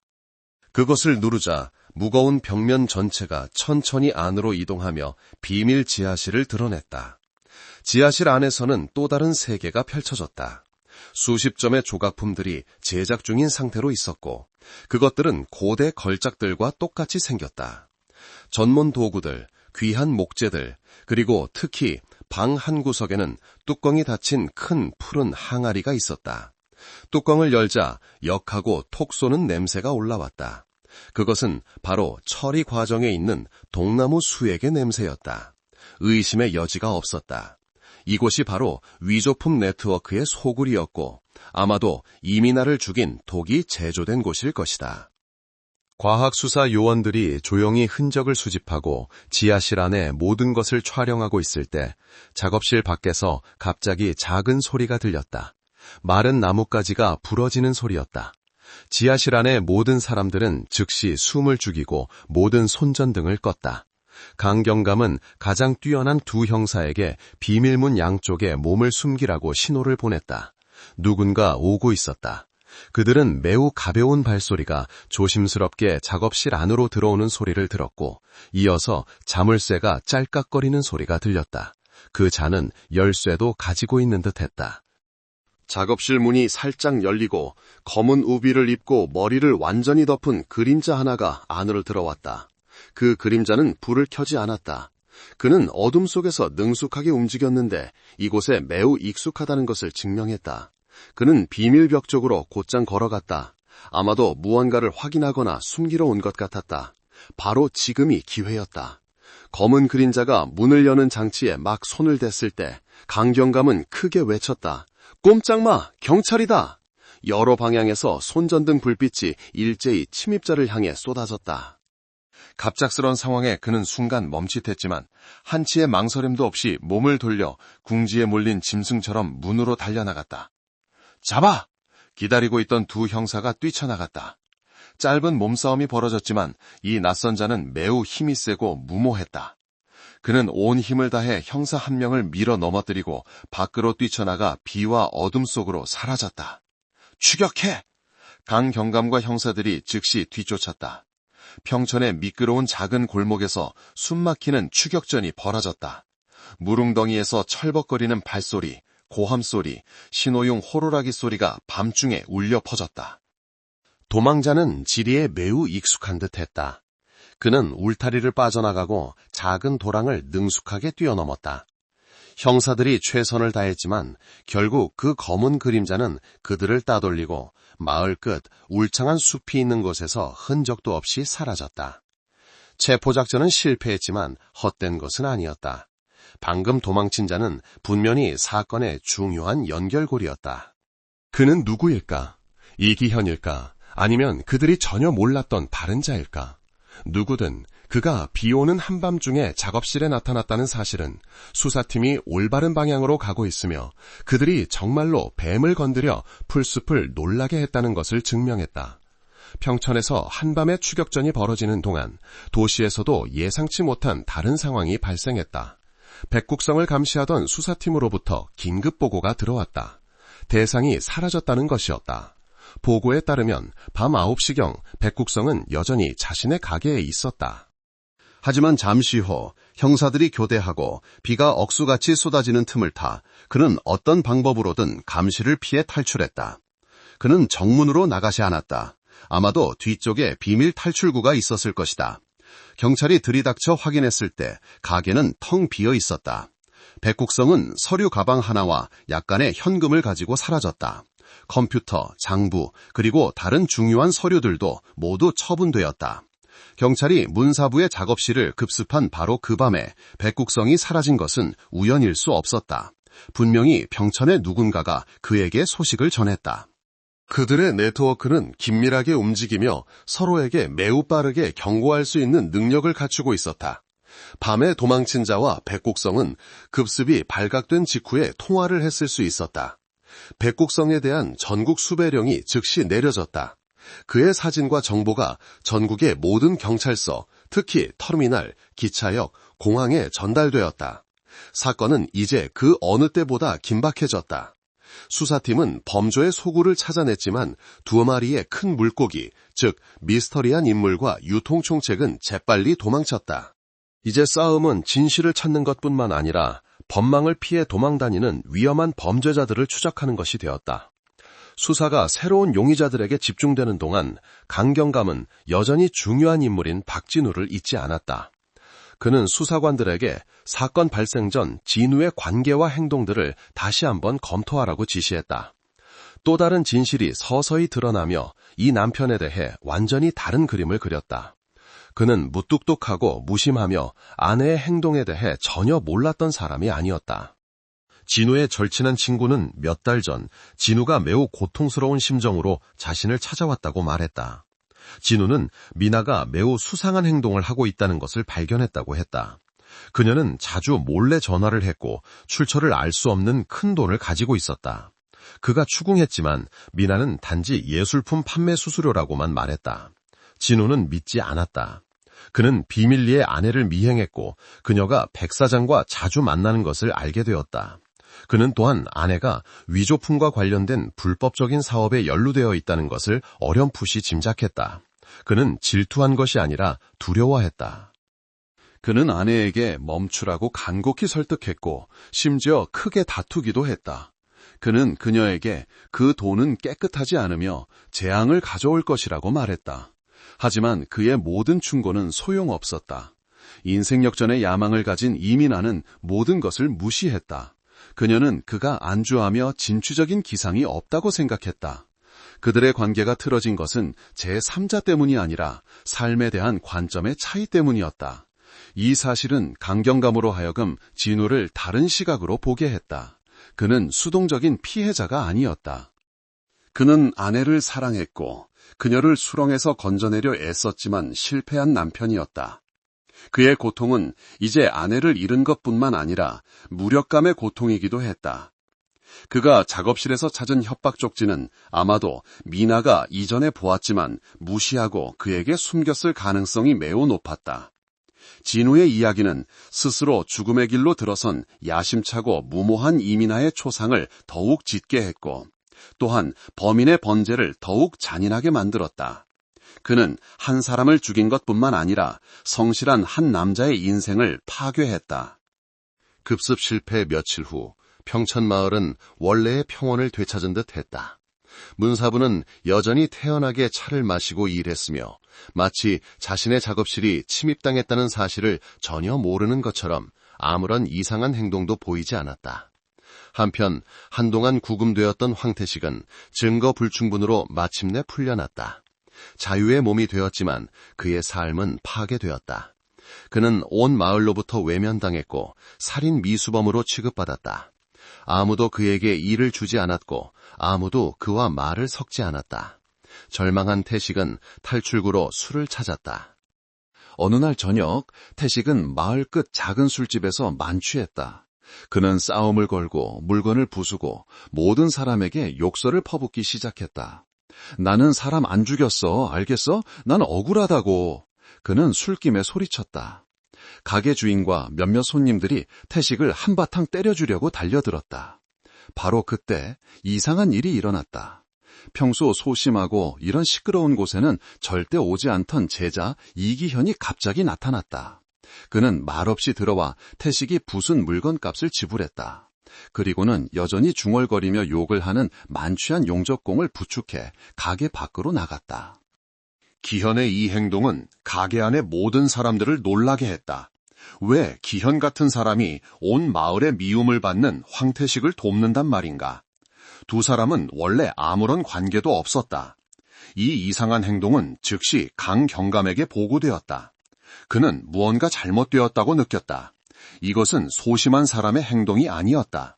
이것은 무언가를 하려는 자의 행동이었다. 지금 황태식을 돕는 것은 죄책감을 가진 자의 뒤늦은 보상, 속죄일까?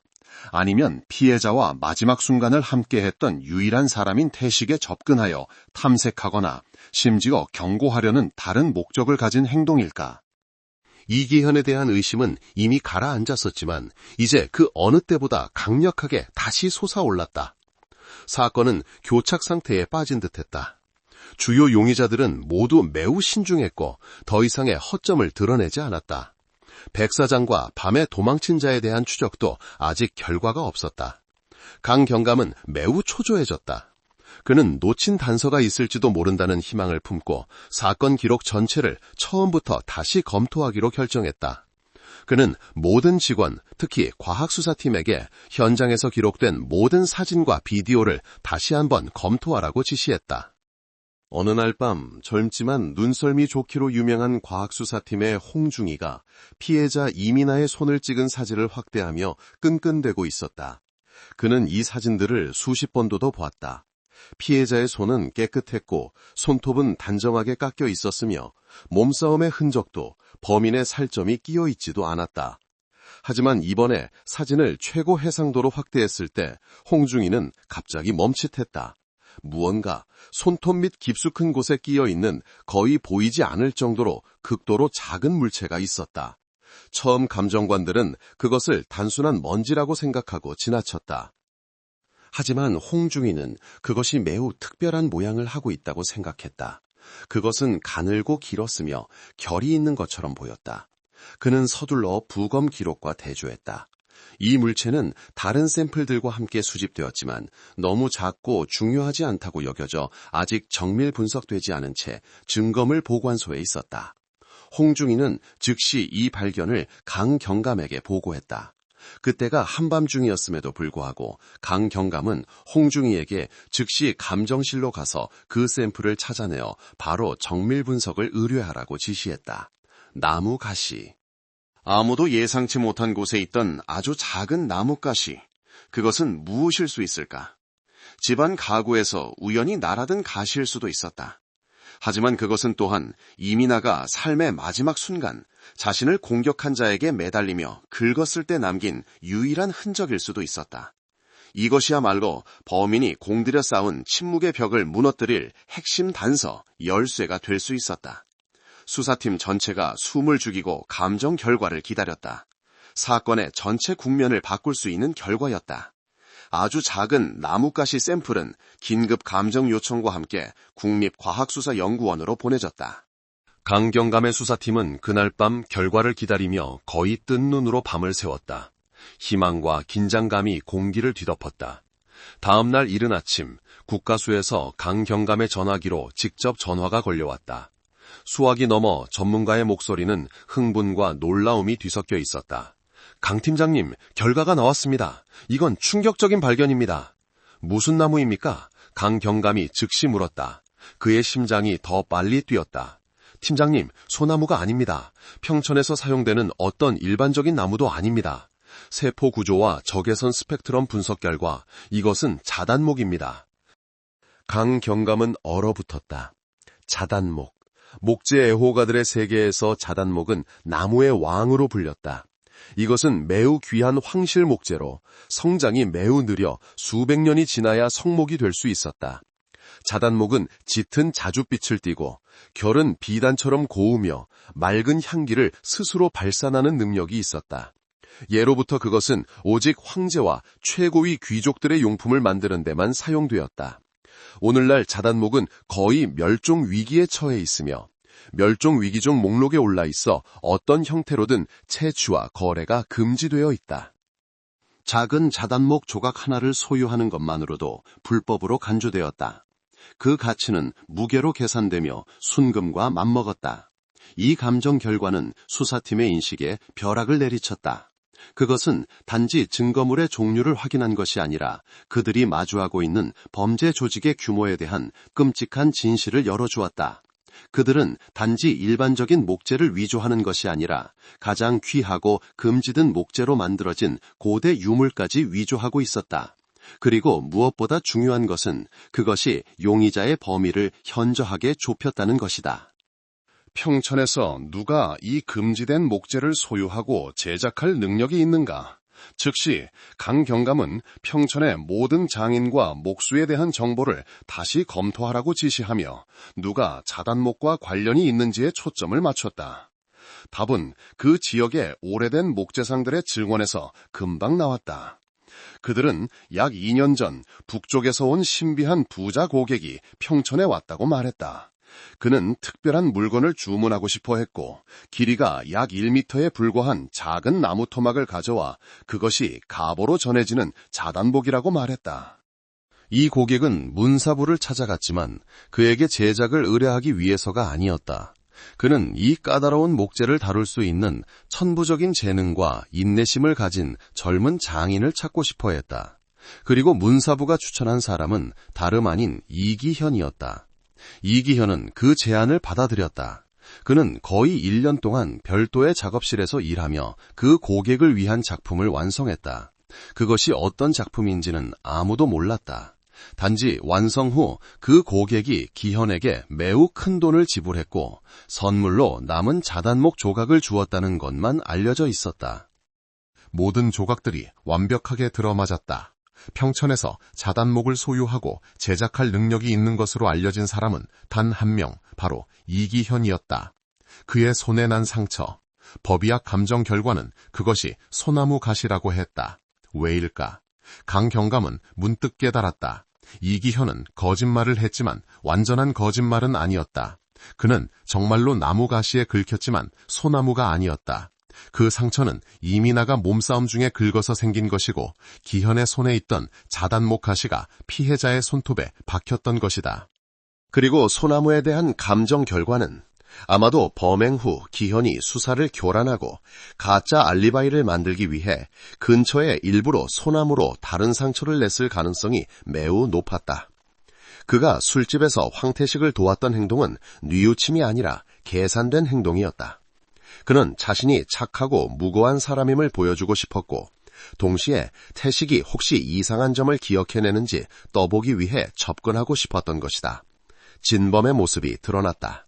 교활한 노장인도 노련한 상인도 아닌 바로 가장 체념한 듯하고 소심해 보였던 조용한 제자였다. 강경감은 사무실에 앉아 사건 전체를 머릿속에서 재구성했다. 예술가의 탈을 쓴 사이코패스의 완벽한 연극이었다. 이기현이야말로 모든 것의 배후에 있는 진짜 두뇌였다. 그는 단지 제자가 아니라 숨겨진 천재, 스승을 훨씬 뛰어넘는 재능을 가진 사람이었다. 동나무 57 제조법을 연구하고 복원한 것도 바로 그였다. 분간할 수 없을 정도로 정교한 위조품을 만든 것도 바로 그였다. 스승인 문사부는 제자의 재능이 자신을 훨씬 뛰어넘고 엄청난 돈을 벌 수 있다는 것을 알았을 때 막지 않았다. 그는 방패막이가 되어 자신의 명성을 이용해 모든 불법 활동을 은폐했다. 그 역시 탐욕스러웠지만 그의 탐욕은 통제 범위 안에 있었다. 백 사장은 단지 상인, 유통과 돈 세탁을 담당하는 자에 불과했다. 그리고 이민아, 그녀는 모든 것을 발견했다. 그녀는 기현이 주인공이라는 것을 알았다. 그녀는 기현에게 접근했다. 유혹했을 수도 있고 협박했을 수도 있다. 그녀와 기현은 파트너가 되었지만 이민아의 탐욕은 끝이 없었다. 그녀는 돈만 원한 것이 아니라 모든 것을 통제하고 싶어 했다. 그녀는 더 큰 몫을 요구하며 요구가 받아들여지지 않으면 모든 것을 폭로하겠다고 위협했다. 이기현처럼 병적인 예술적 자존심을 가진 자에게 이것은 용납할 수 없는 일이었다. 그는 감옥에 가는 것을 두려워한 것이 아니라 자신의 작품이 폭로되어 위조품으로 취급받는 것을 두려워했다. 그는 고대 걸작을 복제하는 것을 위조가 아니라 예술의 부활, 자신의 재능이 선배 명인들을 뛰어넘는다는 증명이라고 여겼다. 이민아는 그의 예술을 모독했고 그래서 그녀는 죽어야만 했다. 그의 손에 난 상처가 바로 그를 고발하는 증거였다. 그것은 나무를 깎다가 생긴 것이 아니라 그가 그녀에게 독이 든 물컵을 억지로 마시게 하기 전에 그녀가 저항하며 벌인 마지막 몸싸움의 흔적이었다. 그는 모든 것을 계산했다. 그는 미나와 태식의 수상한 관계를 잘 알고 있었고 그것을 완벽하게 이용하여 범죄의 무대를 꾸몄다. 어린 양의 탈을 쓴 진짜 악마였다. 이기현의 범행 동기는 단순히 돈 때문이 아니라 탐욕, 병적인 자존심, 그리고 발각될 것에 대한 두려움이 복잡하게 뒤섞인 것이었다. 그는 천재적인 예술가였지만 항상 스승의 그늘 아래 숨어 지내야 하는 낮은 신분으로 살았다. 그것은 억압, 인정받고 싶지만 드러낼 수 없는 갈망을 만들어냈다.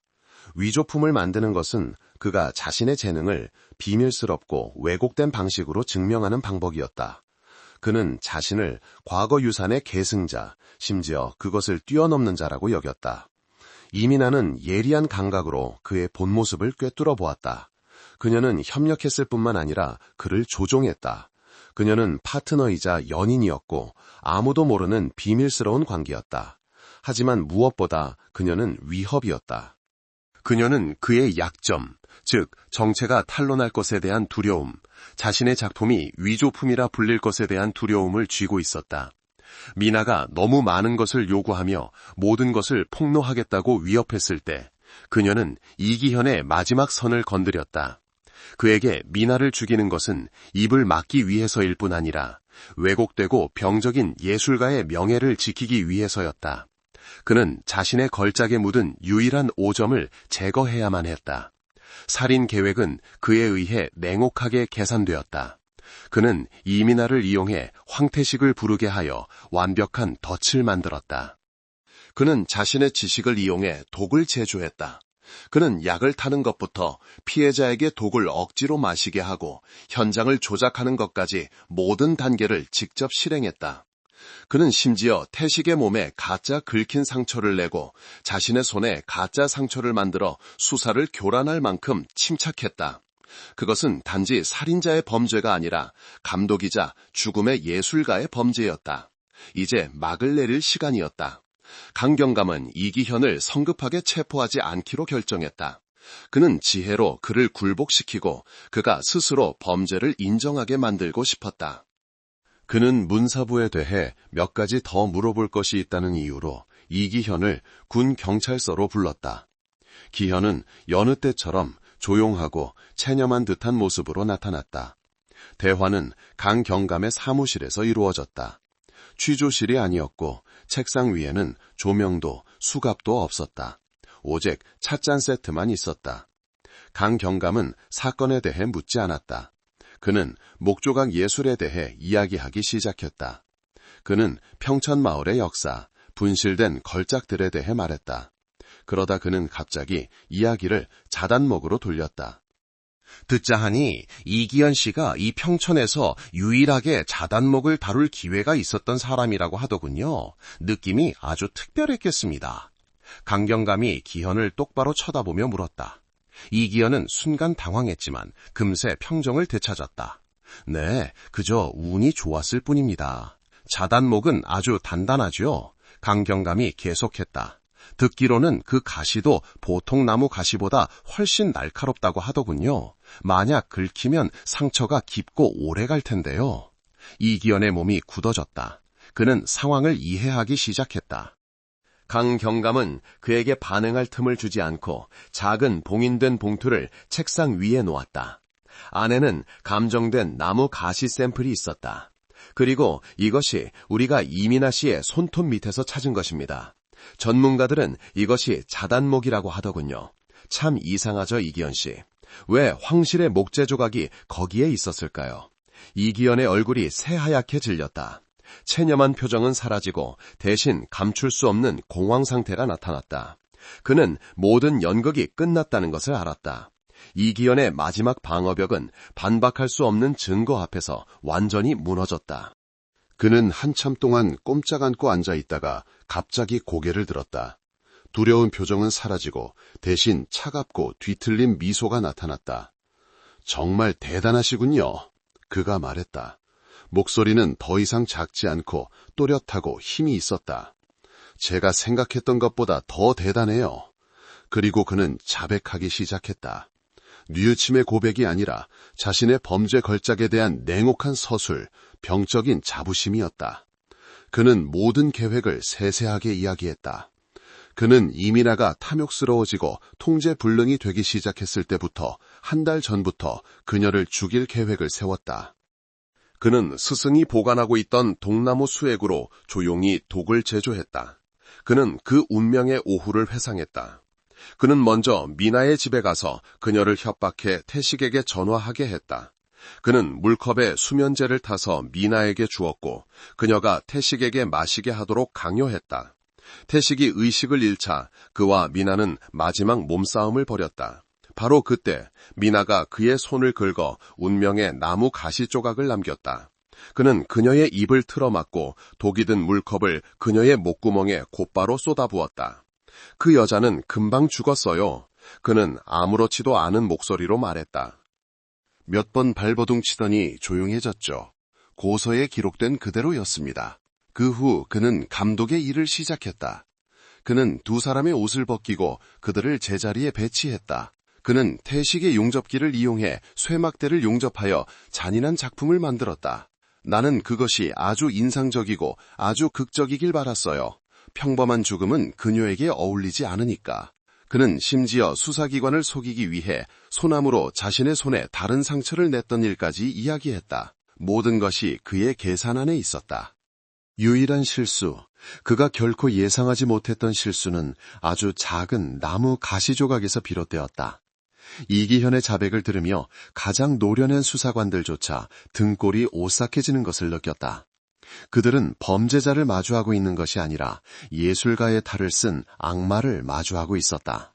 며칠 후 이기현은 현장 검증을 위해 박진우의 집으로 다시 압송되었다. 평천 마을 전체가 떠들썩했고 아무도 범인이 바로 그 착하고 말수적던 제자 이기현이라는 사실을 믿을 수 없었다. 현장 검증에서 이기현은 자신의 모든 범죄 행위를 기계적이고 무감각하게 재현했다. 그는 자신이 섰던 위치를 가리키고 여경이 대역을 맡은 이민아에게 독을 억지로 마시게 하는 장면을 재현했으며 인영이 대역을 맡은 황태식을 제자리로 끌고 가는 장면을 재현했다. 그가 용접기를 들고 10cm짜리 못을 만드는 장면을 재현할 때 그의 얼굴에는 한치의 변화도 없었다. 그는 마치 예술작품을 완성하는 것처럼 집중하고 꼼꼼하게 그것을 실행했다. 그 표정은 목격한 모든 사람들, 심지어 노련한 경찰들까지도 소름 끼치게 만들었다. 현장 검증은 그의 진술이 완전히 사실임을 확인시켜 주었다. 모든 세부 사항이 현장에서 기록된 것과 일치했다. 이기현의 범죄는 반박할 수 없이 증명되었다.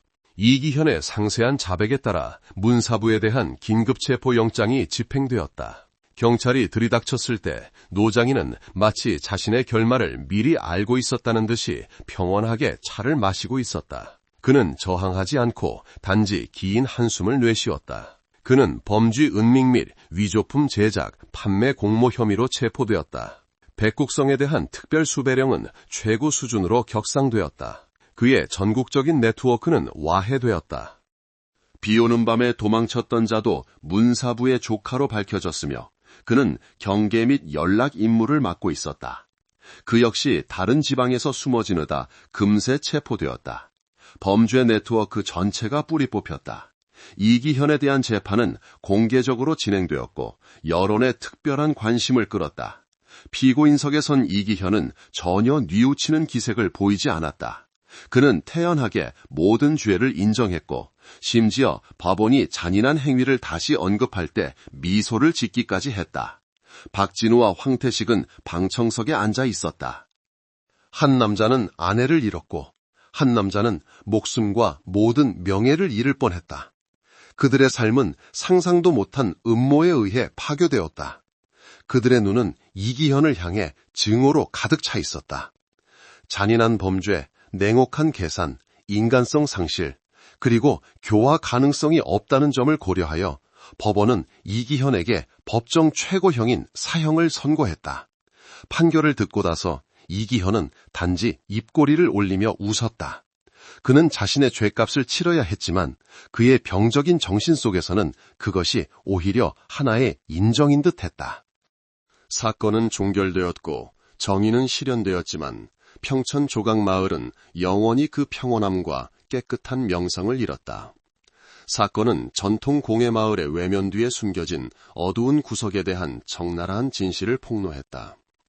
간경감은 언덕 위에 서서 서서히 불이 켜지는 작은 마을을 내려다보았다.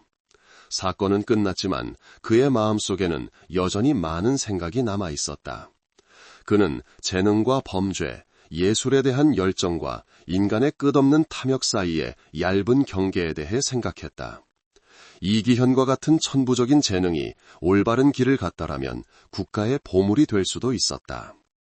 하지만 그 재능이 왜곡된 영혼과 결합했을 때 그것은 사악한 악마로 변했다. 마을 아래에서는 여전히 정소리가 울려 퍼졌다.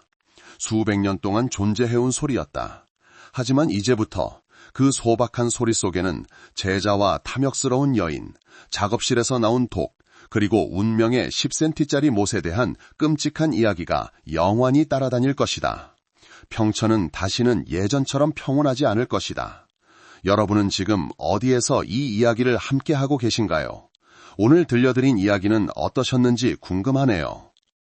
언제나 여러분의 삶에 평안과 행복이 가득하기를 진심으로 기원합니다. 그리고 혹시 여러분에게도 다른 사람들과 나누고 싶은 특별한 사연이나 재미있는 이야기가 있다면 주저하지 마시고 댓글로 들려주세요. 함께 듣고 공감하고 싶습니다.